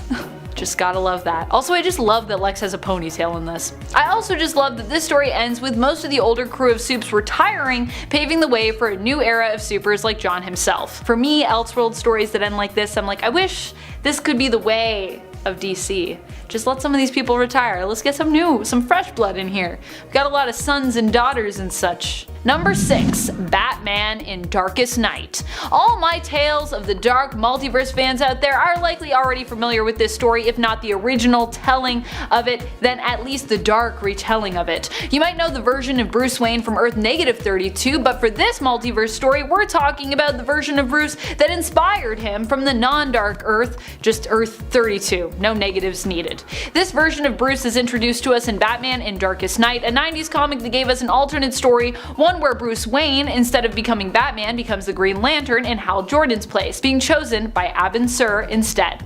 In this reality, Sinestro becomes Green Lantern, Bruce Wayne's biggest foe, and the Joker never existed, as Green Lantern prevents the accident which created him at Ace Chemicals. Here, Catwoman is also Star Sapphire, which I honestly just need more artwork in my life of that whole thing. I'm just like, more Catwoman Star Sapphire artwork, please. Give it to me. Number 5. Batman / Captain America. This has got to be one of my favorite stories out there. It's the team up we've all been waiting for, Batman and Captain America together. I actually love when these two team up. Here we see them taking on each other's main nemesis, featuring Cap's Red Skull and Bat's Joker. There is also a bit of a sidekick swap where Cap partners with Robin and Batman partners with Bucky, and in the end, of course, even Joker admits that Red Skull is so evil, even he is not interested in working with him. He may be a criminal lunatic, but he is an American criminal lunatic. When it comes to German World War II soldiers, even Joker isn't interested in crossing that line. And in the end, he and Red Skull end up squaring off themselves and fighting one another as well, after Joker finds out Red Skull's true allegiance. I just love the Joker's like, I might be crazy, but like, this is too crazy for me. Not about that. Number 4. Batman / Houdini, The Devil's Workshop. For all my Gotham by Gaslight fans out there, here's another stylistically appealing Elseworlds story for you. This one evokes the feel of watercolors and also has some really pretty letters. It's really pretty to look at and features Batman teaming up with Houdini to fight vampires. What more could you want, I ask you? It also gives us a cool alternate Joker with Mad Jack Schadenfreude. The art is truly so good here, I must share with you the names responsible. Howard Chaykin and John Francis Moore are the writers, with art by Mark Chiarello and letters by Ken Bruzenak. Just a stunning read. You gotta check it out. Number 3. DC The New Frontier. Not only is this a beautiful world to get lost in, it is super stylized by the late and great Darwin Cook, who passed away in 2016. This Elseworld story paints our heroes as outlaws operating in the post-Korean War time period, where space is truly the new frontier. And being that it is, the story here is primarily led by protagonists and heroes Martian Manhunter and Hal Jordan. Also, I just gotta say, I love when Martian Manhunter gets to be like the main protagonist in a story. I feel like we don't hear enough from him usually. Maybe I just need to read more of his standalone series. Maybe that's what I need to do. The art style is simple and classic, and I also just really love the explosive use of color as well. It's a visually compelling series that I highly recommend checking out. Number 2. Earth 2. Earth 2 is home to many awesome heroes like Val-Zod, Superman, Power Girl, and Helena Wayne's Huntress. It is home to the superhero team known as the Wonders of the World, and while some of the original team is gone, we are introduced to new team members who take their place. And hey, we still got the golden oldie Alan Scott. I personally am just a big fan of both Power Girl and Helena Wayne and their team ups together, so Earth 2 for me, when it comes to alternate realities and worlds and their stories, has got to be one of my favorites personally. Number 1. Kingdom Come. Kingdom Come has to be one of the most beautiful Elseworld stories that takes us to an alternate future where there is a great divide and sort of war in the superhero community, following Superman's choice to retire. He does end up returning to the world of heroics at the behest of Diana, aka Wonder Woman. Kingdom Come was a story originally written by Mark Waid in response to a rise of anti-heroes in the comic world. And in the story, this is exactly what you see some of the classic heroes like Superman, Wonder Woman, and Alan Scott go up against. These new heroes whose ideologies are much more harsh and violent by comparison. Much more edgy. The artwork, of course, is done by one of the most amazing artists to this day in the biz, Alex Ross, and is all hand painted. We also get to end it with, of course, Superman and Diana becoming parents of like a cool baby, and then also they're like, hey Batman, you wanna also help us raise this super baby? I just love that. I love the three of them like parenting together. I think that's adorable. Number 10, The Reaching Hand. The amount of bizarre deaths Jimmy Olsen has to suffer in alternate realities, my goodness. In this story featured in the Elseworlds 80-page giant from 1999, we see Bruce Wayne acting as a Lovecraftian detective aiming to unravel the mystery that is the alleged murder of Elongated Man. In reality, something far more dark and sinister has taken hold of the hero and is using him as its vessel to spread darkness throughout the city and take hold of other innocent souls. It reminds me a bit of the bizarre and campy 90s film Cast a Deadly Spell. Like most Lovecraft-inspired horror stories, this one ends with a foreboding cliffhanger. That face. I love that face. Bruce Wayne's face at the end, he's like, oh, what will happen? You're dead. You're gonna die. It's not gonna be good. Number 9, Teen Titans The Lost Annual. This strange story has a campy 60s feel to it. It was originally slated to be released in the early 2000s as an Elseworlds special for Teen Titans, but was later delayed. In the end, it was released in 2008, where it would be referred to in the title as a Lost Annual. But originally, it was intended to be an Elseworlds special, so I'm gonna count it. Here, the Teen Titans team up to try and save President John F. Kennedy, who has been kidnapped by space aliens and replaced by some kind of double. The whole adventure is pretty wacky, which honestly is what makes it so enjoyable. You know me, I love wacky adventures. Reminds me a bit of an original series Star Trek episode. And in case you haven't gathered by now, TOS is my favorite of the Star Treks, so yes. Although I am finally watching Discovery now, so I guess we'll see what happens. And before we move on to our number 8 spot, a quick thank you to all of you for joining me this list, and a reminder to click that like if you want more videos like this one. I personally love exploring Elseworlds with you, so I'd love to do more about it. Number 8, Elseworlds Finest, Supergirl and Batgirl. This one is kinda ridiculous, but also has some pretty powerful and epic moments. In this Elseworlds story, both Superman and Batman do not exist. Kal-El was destroyed before he could become Superman, though Kara Zor-El still made it to Earth. She took his place as Metropolis's hero, becoming Supergirl. Bruce Wayne never became Batman either, and instead Barbara Gordon guards Gotham as Batgirl, after her parents were murdered by accident instead of the Waynes, who were meant to be targeted. The two women join forces and take on a very sneaky Lex Luthor, who Supergirl had thought of as a close friend and ally initially, and a very jacked Joker. He's like really jacked, like more jacked than you could probably imagine. He's also wearing like a little gym outfit, which is just something. Number 7, A Nation Divided.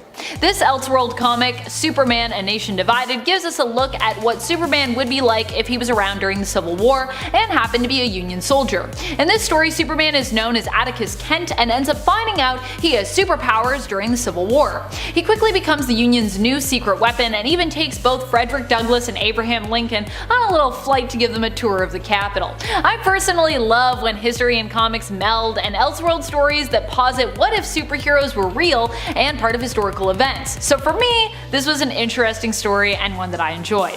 The whole story is told through letters of various historical figures as well as Kent himself. Number 6, Thrill Killer. Set in the 60s, this Elseworld story follows a doomed Barbara Gordon and Dick Grayson, aka Richard Graystark, which is his actual name here, although he still goes by Dick Grayson because comics. These two attempt to take on the Joker, who in this world is a woman known as Bianca Steeplechase. In the end, Robin is killed, but so seemingly is the Joker. Oddly enough, in this reality, it's actually Batwoman and Robin who end up inspiring Bruce Wayne to join them. He becomes Batman after Dick's demise. Barbara is also the one with the wealth in this Elseworld story. She is an heiress who became somewhat estranged from her father after the unsolvable murder of her mother. Barbara uses her wealth to purchase Wayne Manor, as in this reality, the Waynes actually lost their fortune during the Great Depression. Very period of them. Very period to lose all of your money during the Great Depression. Or now, during the Now Depression. Number 5, Red Rain.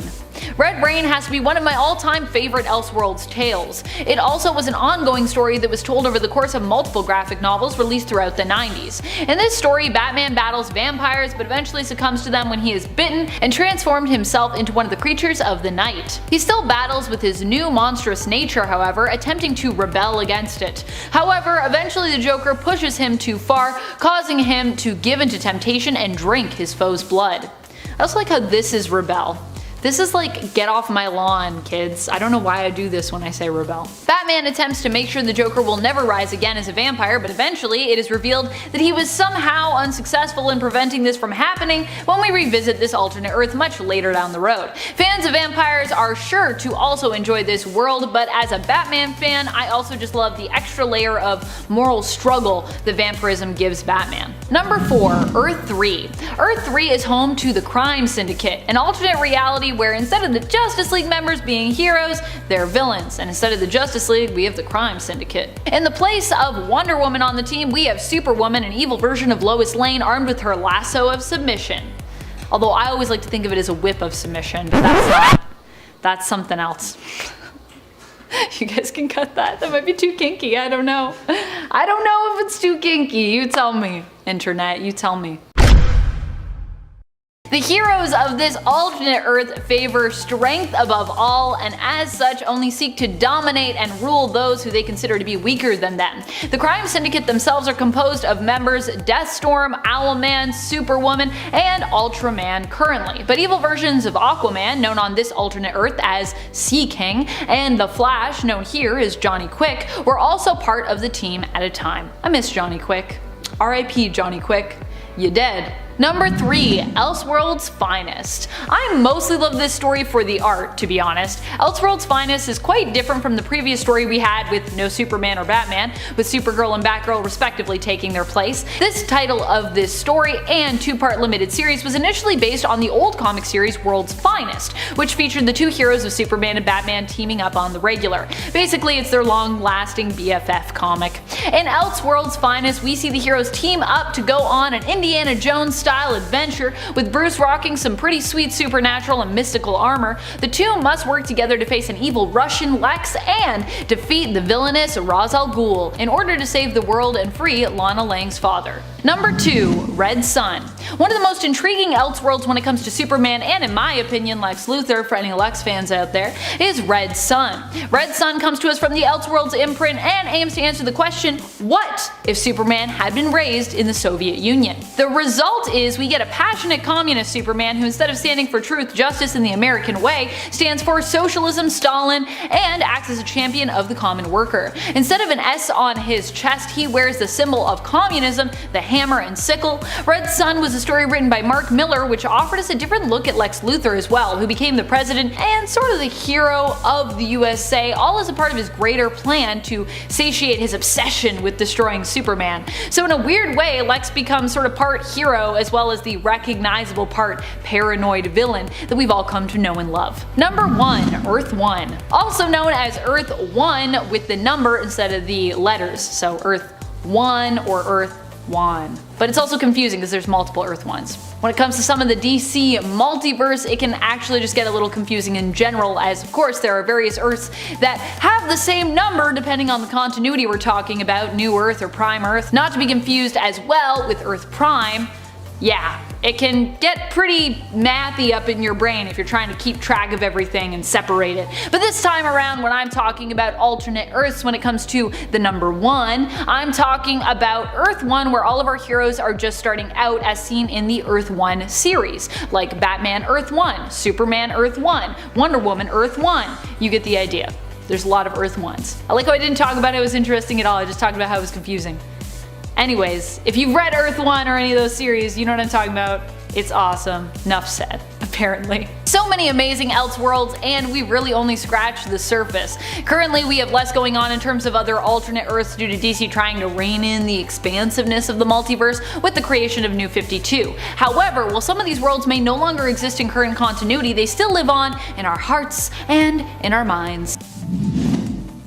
Number 10. Grim Knight. The origin story of the Grim Knight is similar to the Batman of Prime Earth, but is warped. Instead of the Dark Knight, we know him as the Grim Knight, because this Batman is not afraid to use guns. So yes, you could say he's similar to the OG Batman from the 40s, but he is also far more brutal and ruthless. This version of Batman ended up killing Joe Chill when he was just a child. After Chill shot his parents, he stumbled away in the darkness, but Chill tripped and dropped his gun, and Martha Wayne's necklace. While he searched for the necklace in the dark, a young Bruce grabbed the gun and aimed it at Chill, killing him in cold blood with tears in his eyes. This set Bruce down the path of believing that killing was the best way to deal with criminals that opposed justice. This version of Bruce was still inspired by a bat crashing through his window to become Batman, but he also shot that bat when it did. Number 9. Death of Superman. After Superman dies at the hands of Doomsday, Lois becomes depressed and jaded, believing that the world failed Clark. She ends up merging with the Eradicator, who claims it failed in its mission to resurrect the fallen Superman, and instead bonds with Lois so that she can succeed where she believes other heroes have failed, fighting on in Clark's name. However, Lois goes too far compared to Superman, killing those who oppose her, villains and heroes alike. Superman returns, but only lives long enough to express his disappointment and disgust in what Lois Lane has become before he is killed by Cyborg Superman. Super depressing story. Number 8. The Merciless. Like the Earth-12 belonging to the non-dark multiverse, on Earth-12, Batman and Wonder Woman are also in a romantic relationship together. They fight side by side in a war that threatens to engulf the entire population of Earth against the god of war, Ares. After countless have died and they're basically the only two left standing, they finally succeed, but Batman feels in order to protect the world, he should be the one to wield Ares' power. Knowing that Wonder Woman herself would not take Ares' helmet and with it his power, and that she would actually not allow Bruce to take it for fear of it corrupting him, Batman sees no other choice but to kill Diana. He takes Ares' helmet for himself and fights on, claiming to fight in honor and in memory of the fallen warrior and his love, Wonder Woman. Number 7. Blackest Night. This is a wild story wherein Sinestro never shared the powers of the White Lantern. Here, Necron, who speaks through Darkseid, attempts to obliterate the entire universe. Sinestro is both Black and White Lantern, known as the Limbo Lantern, and sees only one way to save the universe, by creating a new universe in Dove's image, by plugging her into the source. This almost works, except at the last minute their ally, Mr. Miracle's conviction wavers, and he ends up killing Dove to avoid creating and living in a world without his wife Barda. Instead, Sinestro is forced to use the only teammate he has left, Lobo, to create a new universe. Yeah.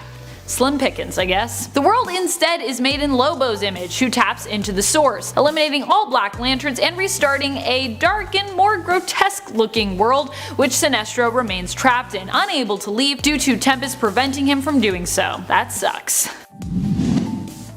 Number 6. The Devastator. The Devastator is another twisted version of Bruce Wayne who was pushed too far. For mysterious reasons that remain unknown, the Superman of the Devastator's dark universe randomly underwent a change that caused him to go on a full-out rampage, killing everyone. Batman was one of the last few left to try and stop him, attempting to do so with a kryptonite spear. After Superman blasts off Batman's arm, however, he is driven to desperate measures. Batman is forced to activate his own version of the Doomsday virus, which takes over his body and transforms him into a Doomsday-like creature, becoming the Devastator. Although he fails in saving his world, he succeeds in killing the Superman of his universe, before heading out to try and save other alternate Earths by infecting them with the virus in order to protect them from their world Superman. Although, you know, they never really asked for that, so it's pretty horrifying.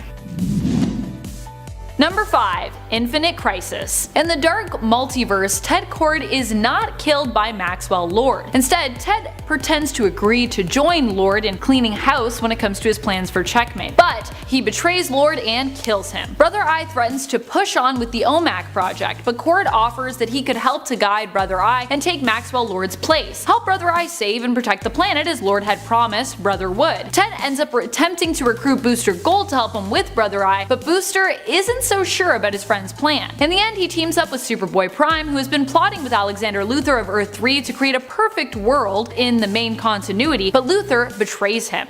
Superboy and Blue Beetle, who's now directly connected to the Brother Eye, end up teaming up. They end up attempting to take out 50% of Earth's superhero population as recommended by Brother Eye, but in the end they're forced to eliminate or assimilate all of the superhero populace, who obviously are like, no, you can't just kill us, with Ted Kord sacrificing his humanity in order to completely demolish all of that superhero threat.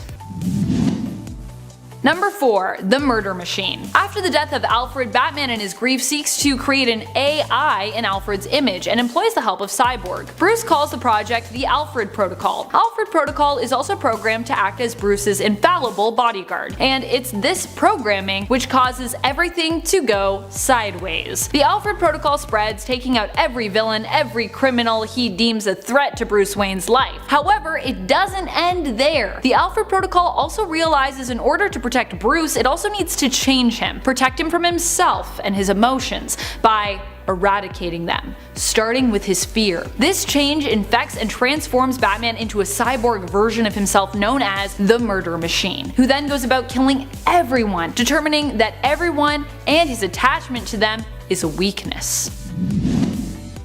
Number 3. The Batman Who Laughs. This dark multiverse story was so terrifying it got its own series. The Batman Who Laughs actually got a miniseries to explain just how his story went down. By now we all should mostly know it, but if you haven't read it, it's chilling and thrilling and it's definitely worth a read. In the story, it's explained how Batman became corrupted by Joker venom when he ended up losing control and killing the Joker, triggered by being forced to watch the Joker kill children's parents in front of them before exposing them to Joker venom and driving them insane. When Batman killed Joker, this exposed him to Joker venom, which was released with the Joker's dying breath from his heart. Batman was then driven insane by the venom, becoming a warped Joker-Batman hybrid, and set out killing everyone, even the members of the Bat family, only allowing Damian Wayne to be converted with the venom and join him. He also later confessed that Alfred was one of the last people to try and stop him by blowing him up, but he managed to thwart and capture Alfred and break him, turning him into his own loyal servant once more.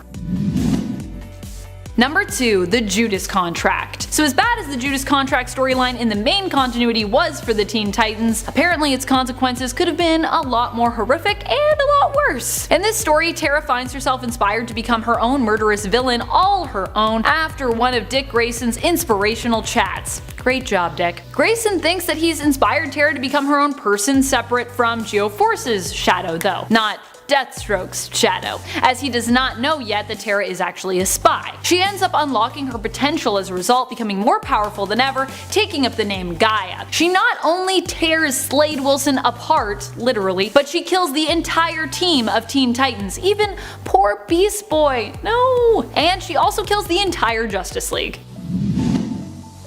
Number 1. Nightfall. If you haven't read the Tales from the Dark Multiverse, you obviously need to, as they are all pretty crazy, and honestly, the scariest tale can be found in this first one issue. This is a spooky retelling of the Batman story Nightfall. When Bruce has his back broken, he passes the mantle of Batman onto Jean-Paul Valley, aka Azrael. But when he returns, Azrael refuses to give up the mantle. Instead of Bruce Wayne and the Bat family winning it back as they did in the main continuity, this time around Bruce fails. He instead is held captive and tortured for 30 years by Azrael, who rules Gotham with a bloody and merciless iron fist as Saint Batman. Bruce eventually escapes with the help of Bane's son, Torn, and his mother, Lady Shiva. But his time in imprisonment, where he was slowly dissected, has changed Bruce, and no longer is he the man and hero we once knew.